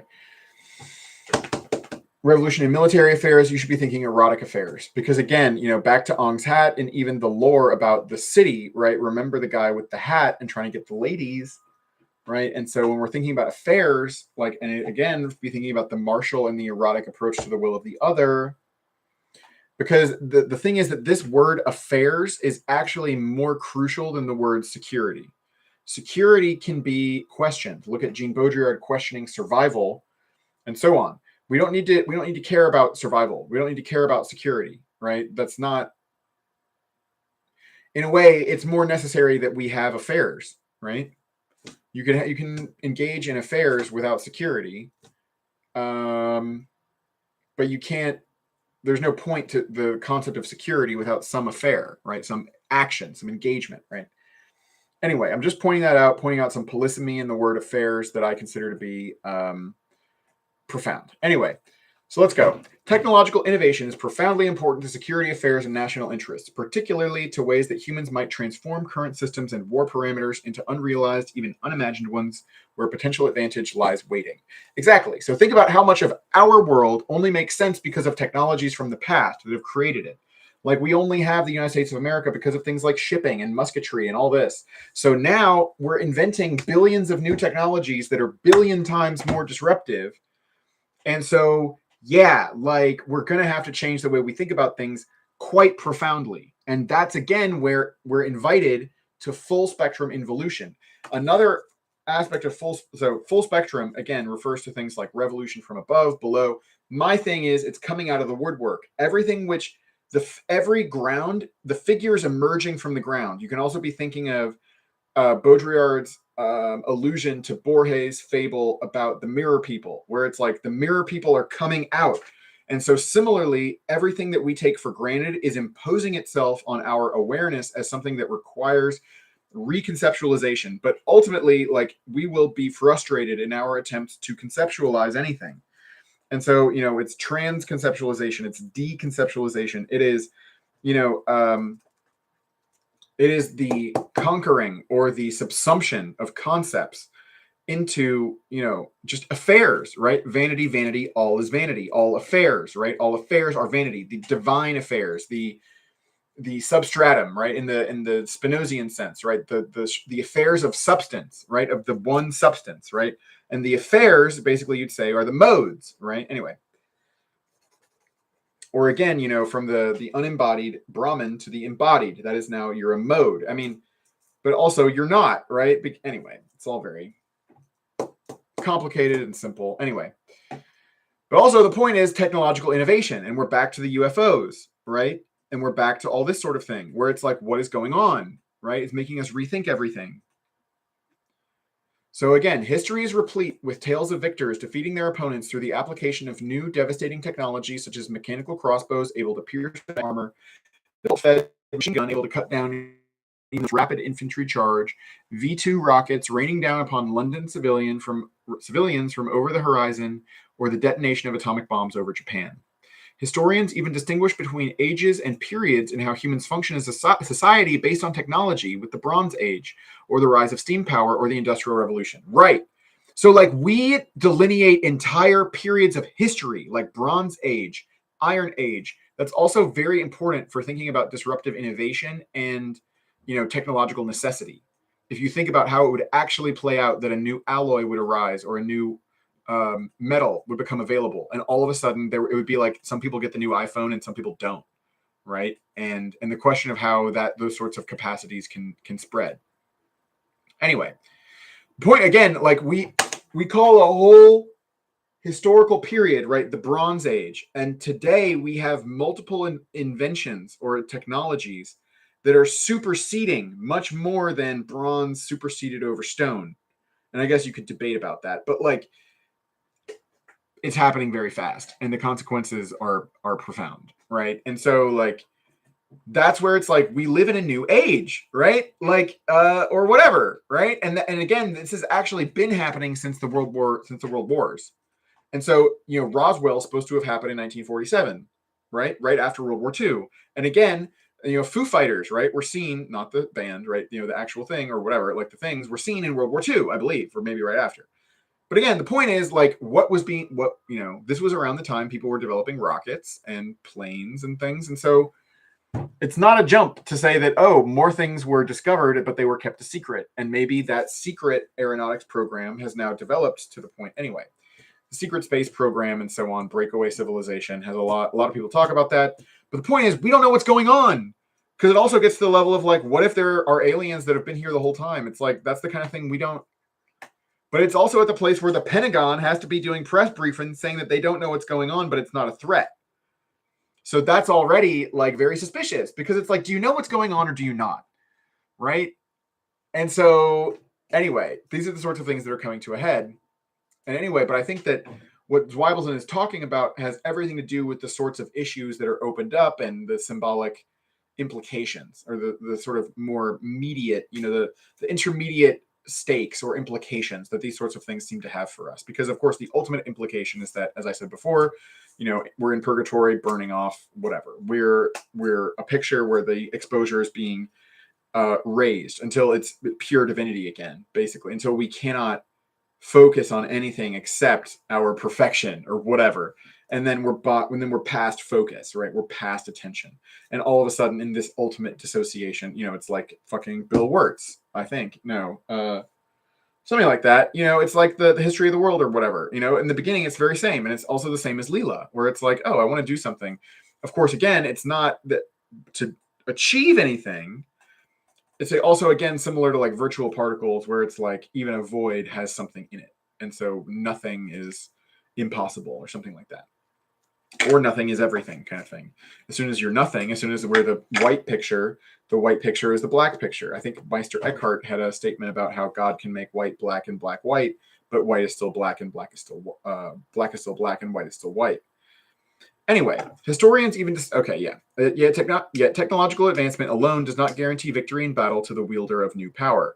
Often, cunning yet technologically inferior opponents defeat their advanced modern military rivals using simple but effective methods.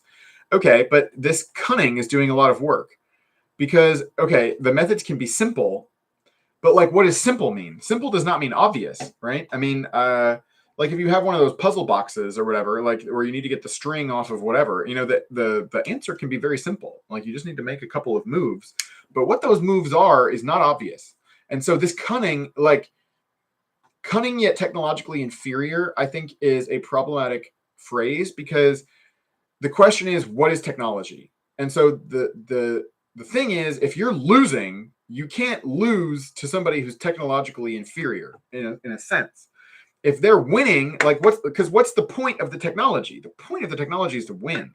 So if you're not winning, you don't have better technology. There are also, though, different kinds of technology, but that's obvious. If you could say things like, well, maybe Russia has better missile systems, but America has better satellites or whatever, right? Like at that level of technology.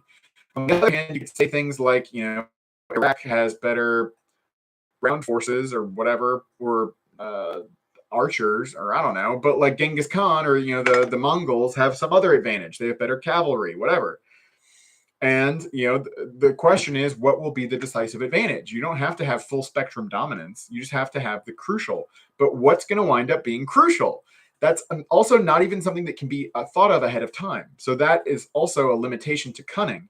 You might think of something the other person didn't think of that gives you a chance, or maybe it doesn't. But like, that's no guarantee that you're going to win. And then also this whole question of technological inferiority or superiority, again, it comes down to friction and chance and destiny, right? And so like, anyway, that's also what Zweibelson is basically talking about here.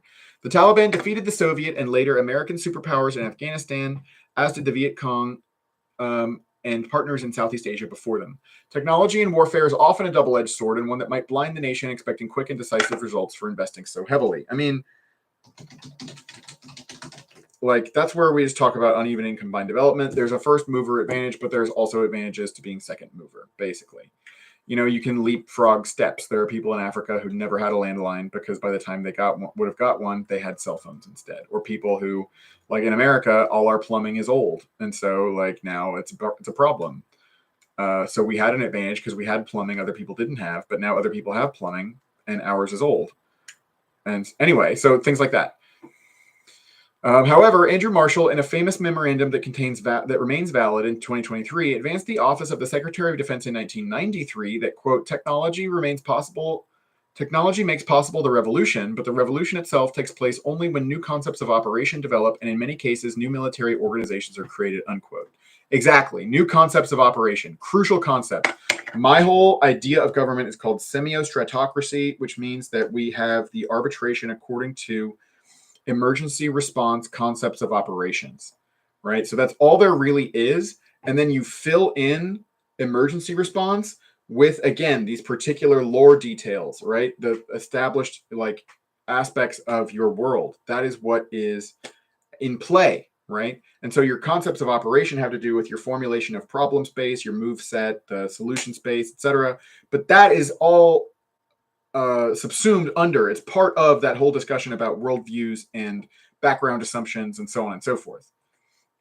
But anyway, The point is, you could have all the pieces, but you need to have the guiding animation. It's sort of like breathing the breath of life, or, in The Hateful Eight, the guy's in the prison camp that's made of wood, and he decides to burn it down. But nobody had decided to do that yet. So it's like the ability to set a fire that would burn down the prison existed, but you had to have the idea to burn down the prison. And so similarly, we have all sorts of shit that's lying around, but it's like MacGyver, right? You have, chewing gum and a belt and a paper clip or whatever, and it's like, what can you make out of it? But before you're thinking bricolage, or wonder of multimedia or mixed media collage. I wish it somehow had its own. Anyway, mixed media gets into it. But bricolage also. Here we are. Because basically everything is there. It's like those tests for creativity.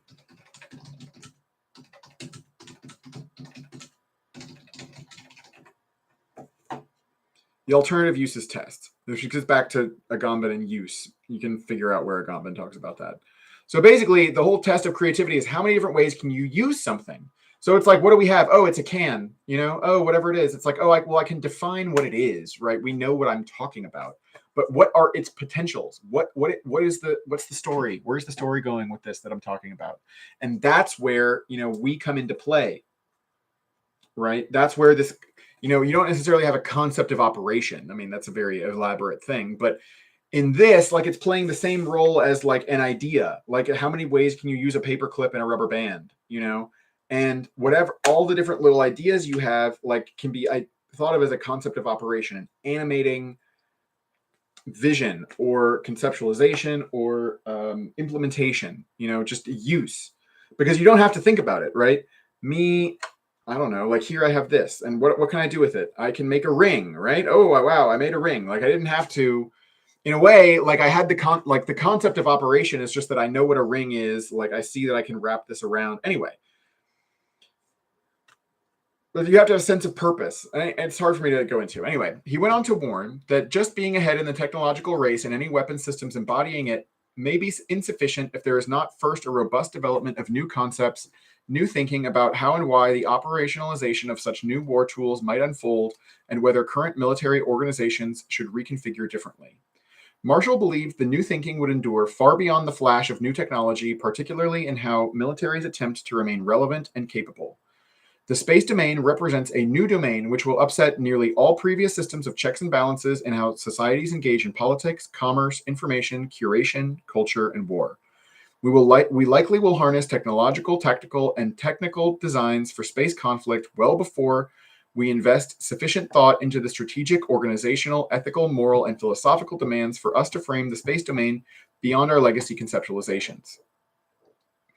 Space warfare will differ from previous terrestrial wars, but also encompass this area in novel, unrealized configuration that integrates celestial with terrestrial. The United States has thus far extended earlier nuclear technologies, strategies, and military theory of the Cold War into the space domain in what appears to be a systematic logic of, quote, previous input A leads to predicted output B, unquote. We draw from history and terrestrial constructs to develop A, and then project them toward the novelty of a space domain, B, with an assumption that, quote, A leads to B, unquote. Incrementally evolving understanding in such formulaic, analytically optimized ways often contribute to a bias of expecting historical patterns to provide order, stability, and prediction into the future. Since the 1950s, military, political, and technological theorists have drawn from terrestrial domains historical analysis of continental, maritime, and aerial strategies to make sense of what a future space conflict might be defined by. As the space age is intricately woven into the nuclear age of the race between two superpower nations of oppositional ideologies locked in existential survival, the entire Cold War represents the birth of the space domain as one of human innovation and curiosity paired with politically, culturally, and ideologically violent struggle. I'm really trying to get through this, but just as a thing, like, in my opinion, like, Ben Zweibelson's analysis and criticism of the Newtonian which I guess we can go, I can just appeal, we can just go to Beyond the Pale right quick. There's another book by Ben Zweibelson. You know, like Ben Zweibelson is very bold, you know. So he's criticizing Newtonian styled understanding, not completely. Of course, Ben Zweibelson is not advocating, you know, to completely disregard Newtonian physics or whatever, you know, the normal, the way things appear. So, I mean, that's where, anyway, but still, you know, part of what this is, human reality is constituted by discrete entities with distinct properties. The point is that this can be put into question. And so I would actually offer to Dr. Zweibelson that, you know, this whole idea of nations and ideologies and humans, right? This is, I would say, this is actually examples of Newtonian thinking that we're going to wind up getting past, right? We don't actually have to think in terms of nations. We don't have to think in terms of ideologies or in terms of humans, right? So, like, these are all basically, these are aspects of an ideological overlay that corresponds to realism or modernity or something that I would say are basically on the way out. Again, corresponding to Baudrillard talking about that reality had to be invented and now it's already going away, right? So that's basically, you know, a paradigm or reference that I'm using to ground this. And again, you can look at things like Afro-pessimism, deconstructing the human and so forth, where it's like, it's very clear that the very understandings that we have, or imagined communities about nations or ideologies, you know, Zizek or whatever, you know, there's like, there is work unpacking these things. And not to say just because you're unpacking something or deconstructing something means everything you're saying is right, but like that work has already started. And again, the thing with Dr. Zweibelson is sitting in the Space Force, there's certain things you have to take for granted. You take for granted that you're part of a national military, whereas I don't have to take that for, or at least Zweibel doesn't have to take that for granted. He can also understand himself as a hyper partisan, but like he's got to present himself, right, as though he goes along with this idea of that there is a nation and there's a law and there's a military and there's an enemy and all this. These strange bedfellows of space and nuclear are understandable in that the nuclear age coincided and overlapped extensively with the space race. While the Outer Space Treaty of 1967 forbade nuclear weapons in orbit, the technological question of whether a nation might violate this is further exacerbated whether others can detect such a violation, if confirmed, enforce some sort of response that punishes the violator. Indeed, the space domain and space security affairs extend a glaring American strategic paradox of war into how U.S. and the U.S. Space Force might ever accomplish space superiority or space dominance against near-peer space competitors such as China. If one has not yet weaponized space, gaining space dominance is impossible. Rational actor theory also imposes a, quote, zero-sum game, unquote, of sorts with national expectations that weaponization in space will occur regardless. The only secure strategy is that of some expectation that advantages not taken may be taken by a competitor. Oh, okay. Yet nuclear arms races are not entirely exchangeable with that of space, and again, the space domain requires unique consideration. American joint doctrine defines space superiority as, quote, the degree of control in space of one force over any others that permits the conduct of its operations at a given time and place without prohibitive interference from terrestrial or space-based threats, unquote. I'm going to take another break here to say that, like, this is also another example of an ARG. Like, Dr. Zweibelson is talking about, you know, traditional conceptualizations, which is one form of ideological overlay or worldview. And Dr. Zweibelson is now offering, you know, more, offering wrinkles on that narrative, complications, so on and so forth. But that's still another game, right? Where the stakes are security, the stakes are, you know, avoiding conflict, whatever it is, you know, you want to put it as, or, you know, winning for the nation. And again, that's where it opens up. What's the nation, right? You probably won't see Dr. Zweibelson write extensively about, you know, what is America, right? We can talk about what American joint doctrine is, but like, what is the point? Who is the core of America that's being served, and what do they care about? It's obvious enough people want to survive, they want to have legacies and their kids and all, but like, even there, we can look into background theories of these cultural universals. Why do we care about having children? And especially when we talk about changes in technology and the idea that we could become immortal, or like we wouldn't have to die anymore. All of a sudden, you know, part of the point of children is like it's extending our agency into the future. It's making sure that there will be kinds of things like us, right, in the future. But that might not be necessary to sexually reproduce to do that anymore. Space dominance, while not in a formal doctrine, suggests that a nation's military would have a commanding influence upon the space domain and by extension from space to terrestrial and cyberspace context for defense and security. Domination may be limited in time and space, but it involves operational control and superior tactical and technical abilities over a rival in the same context and time.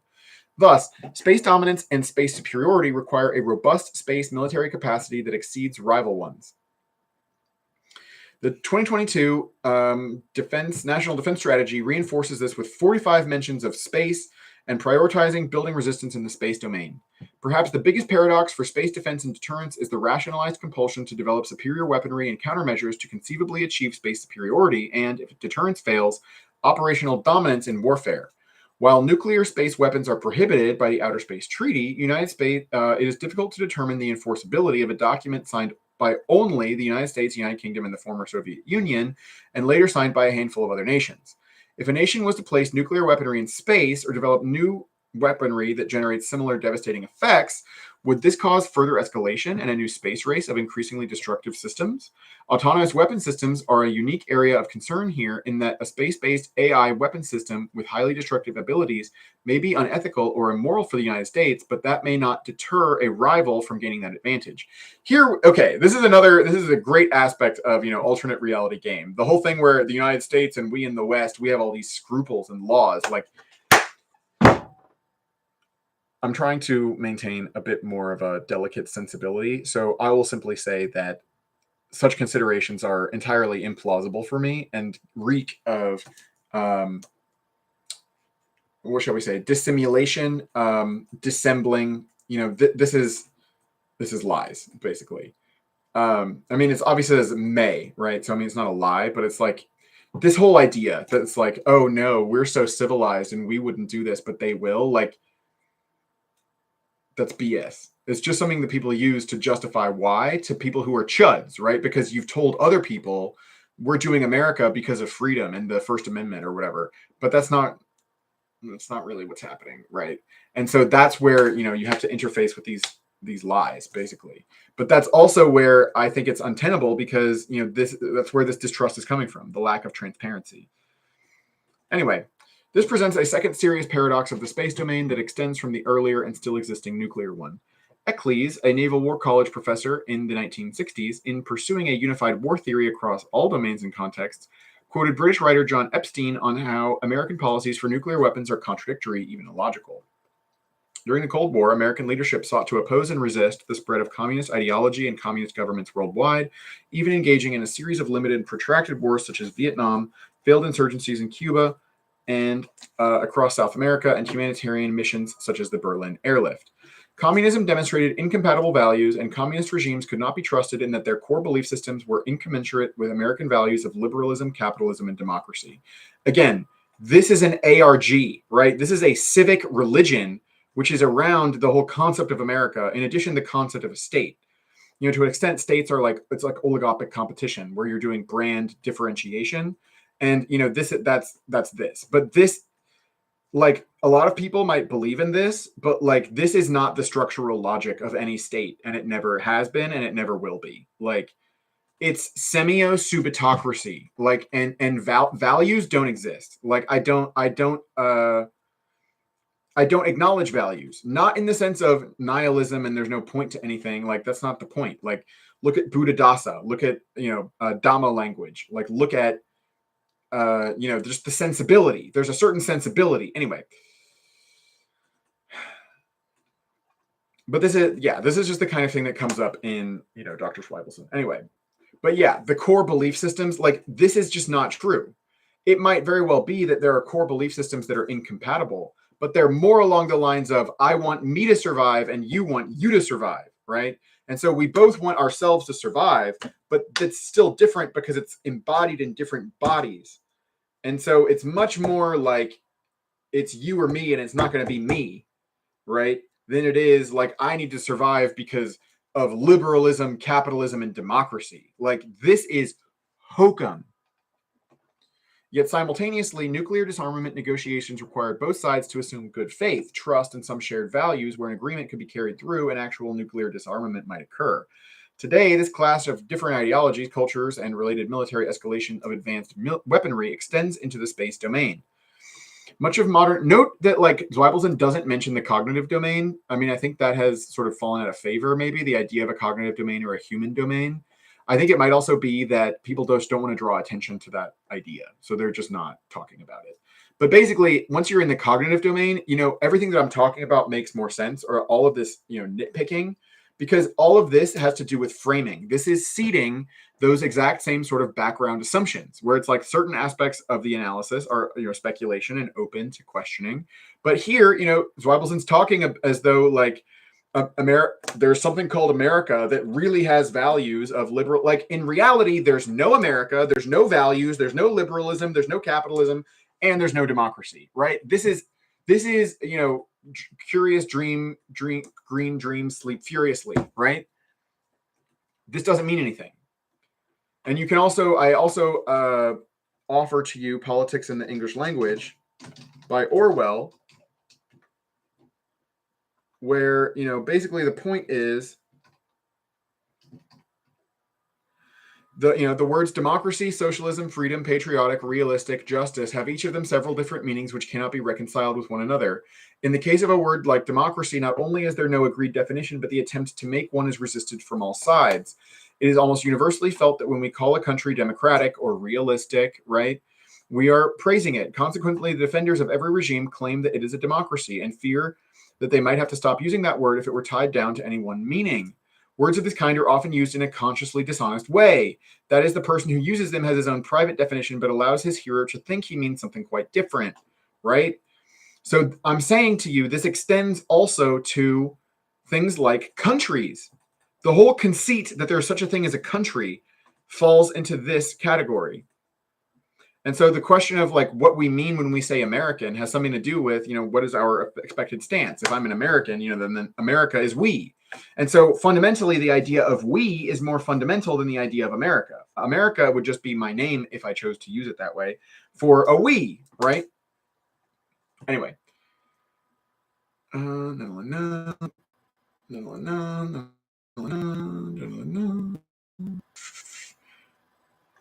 Much modern foreign policy and military strategy rests upon some form of game theory and the stipulation that both participants in whatever strategic context are rational actors. Yet rational, quote unquote, note that's in quotation marks because you can't define rational. Like,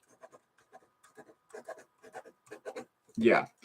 So it does not necessarily correlate to a shared. So also think back to what we were just saying. The words democracy, realistic is very good here because he's basically saying reality. This is post-truth, right?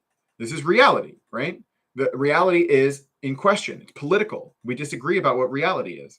So obviously we disagree about what rational is. Rational is in this group of words like America, values, liberalism, democracy, capitalism that have no substantive content. Like if you talk about these words, like you're talking about something, like you are mistaken. Right? You must engage in conceptual churn until you come across words that are not the same way. Although it doesn't actually work. But anyway, it's something to do, right? It's to do conceptual churn for that reason. Anyway, which basically means, you don't use that word, you use a different word. What do you mean by rational? What do you mean by America? And of course, you can't define a word using itself. So you play taboo, basically. Yet rational does not necessarily correlate to a shared social paradigm or worldview on what war is or why warfare is required. In this philosophical and ideological perspective, different societies rationalize conflict in different, often incommensurate ways. Look here at, Baudrillard writing about asymmetric potlatch in Agony of Power. And again, asymmetric potlatch is a superior, designation to asymmetric warfare, although asymmetric warfare is still better than people think it is because it's not just about that technological difference, but see, the strategy or tactics differ significantly. In other words, the worldview. So you have different norms, which also means Zweibelson is alluding to, and I've seen him say very explicitly in other places, like people can disagree about whether a war is going on or when it ended, right? Based off of their different idea of what is going on. Anyway. China's a communist regime. Okay, again, like source required. China, again, there is no China. There is no communism. Anyway, China is a communist regime with an entirely different perspective on reality that is adversarial with American views at foundational and philosophical levels. This does not mean that Chinese and American governments cannot maintain some order and stability short of armed conflict, but that ultimately Chinese communism is another version or evolution of the earlier and incommensurate Soviet communism that defined the Cold War. Unlike the Cold War, today's expanding space domain has far more at stake for all spacefaring nations. The expected colonization and economic development of the entire inner solar system represents trillions upon trillions of dollars, radically expanded space living space for humanity, living space, Lebensraum, and a near infinite supply of energy awaiting exploitation. Such tremendous growth potential requires security, diplomacy, and behavioral norms that are ill-defined or non-existent today. The prospect of some Chinese and American military space race may mirror that of the earlier Soviet-American nuclear arms race with similar paradoxes and differing morals, values, and ideologies.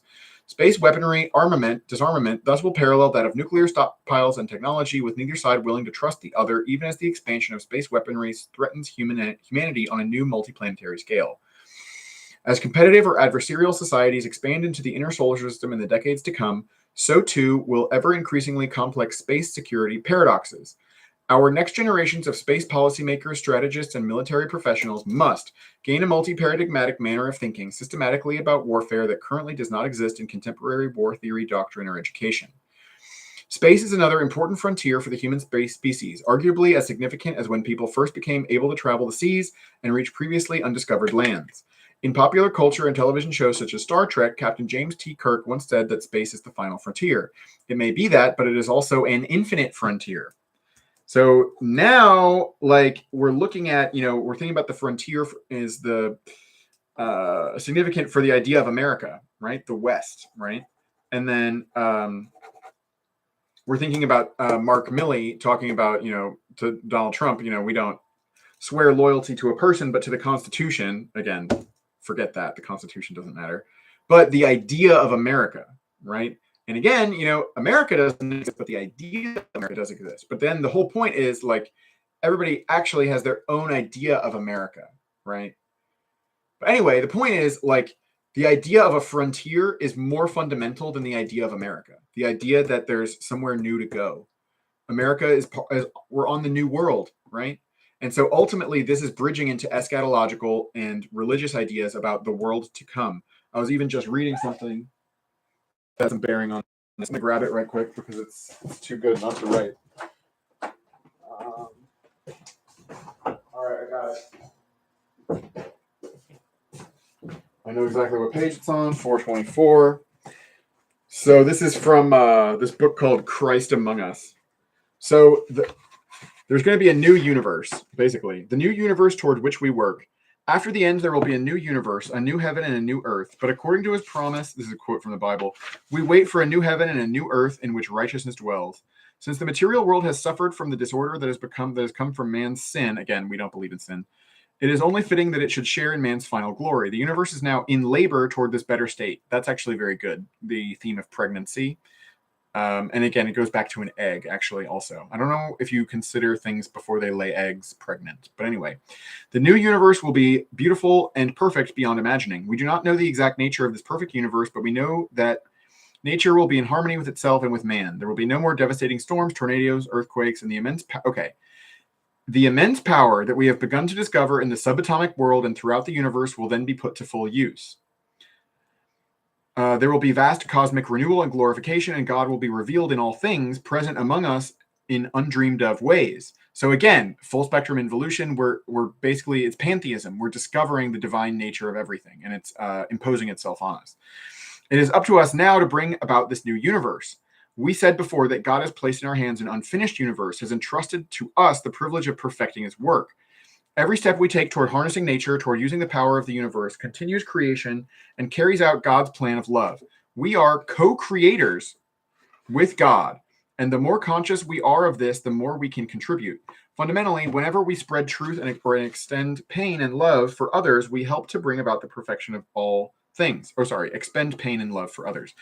Okay, note, there's no difference between us and God. We're not co-creators with God. It'd be more accurate to say we are God, right? So, And then like what's going on now could be described as apotheosis. But again, you can just say there's like time doesn't actually exist. Like again, it's Leela. We're not becoming God. We're already God. We're already in Svarga, right? This is already the domain for immortals, right? We're already there.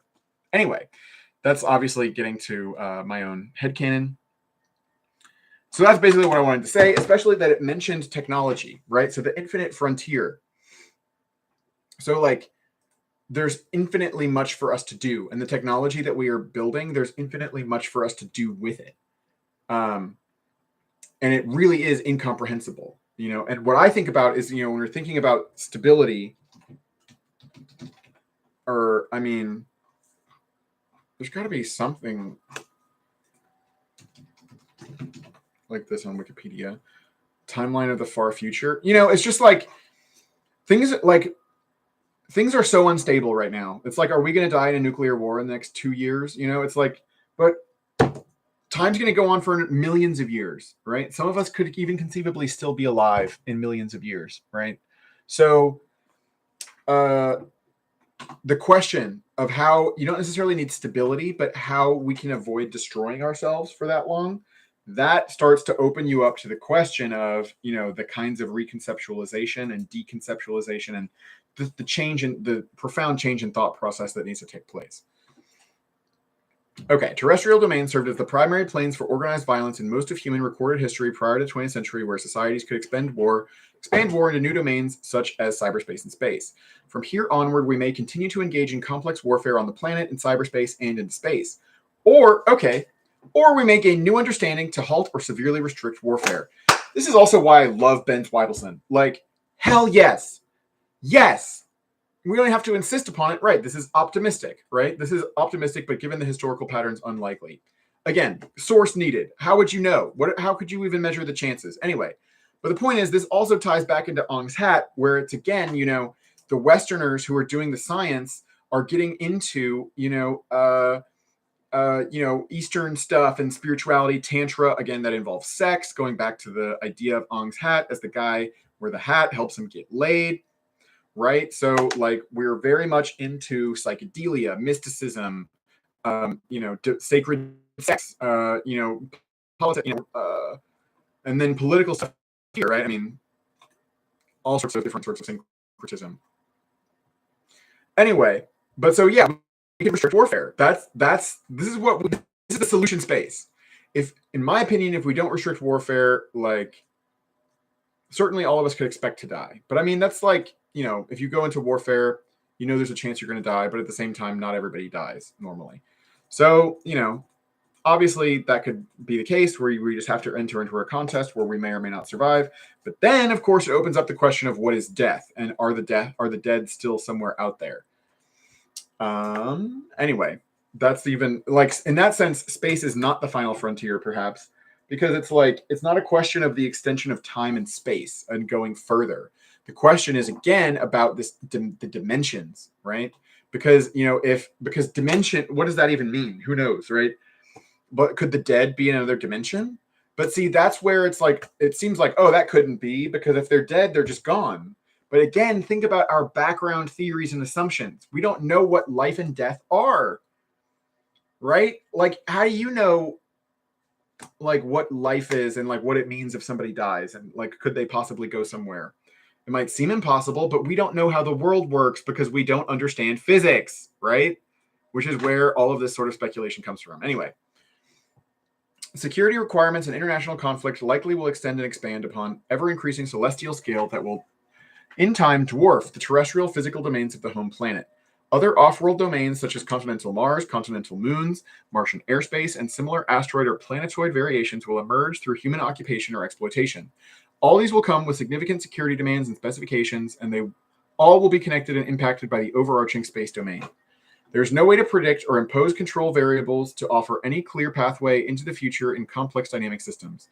War is violent, destructive, and while many of the tangible and quantified effects occur in physical reality, where natural science laws and principles govern their behavior, war is ultimately a social construction of humanity alone. War is what we make it to be, and the future existence of war is dependent on at least some humans carrying on their requirement for it to remain real.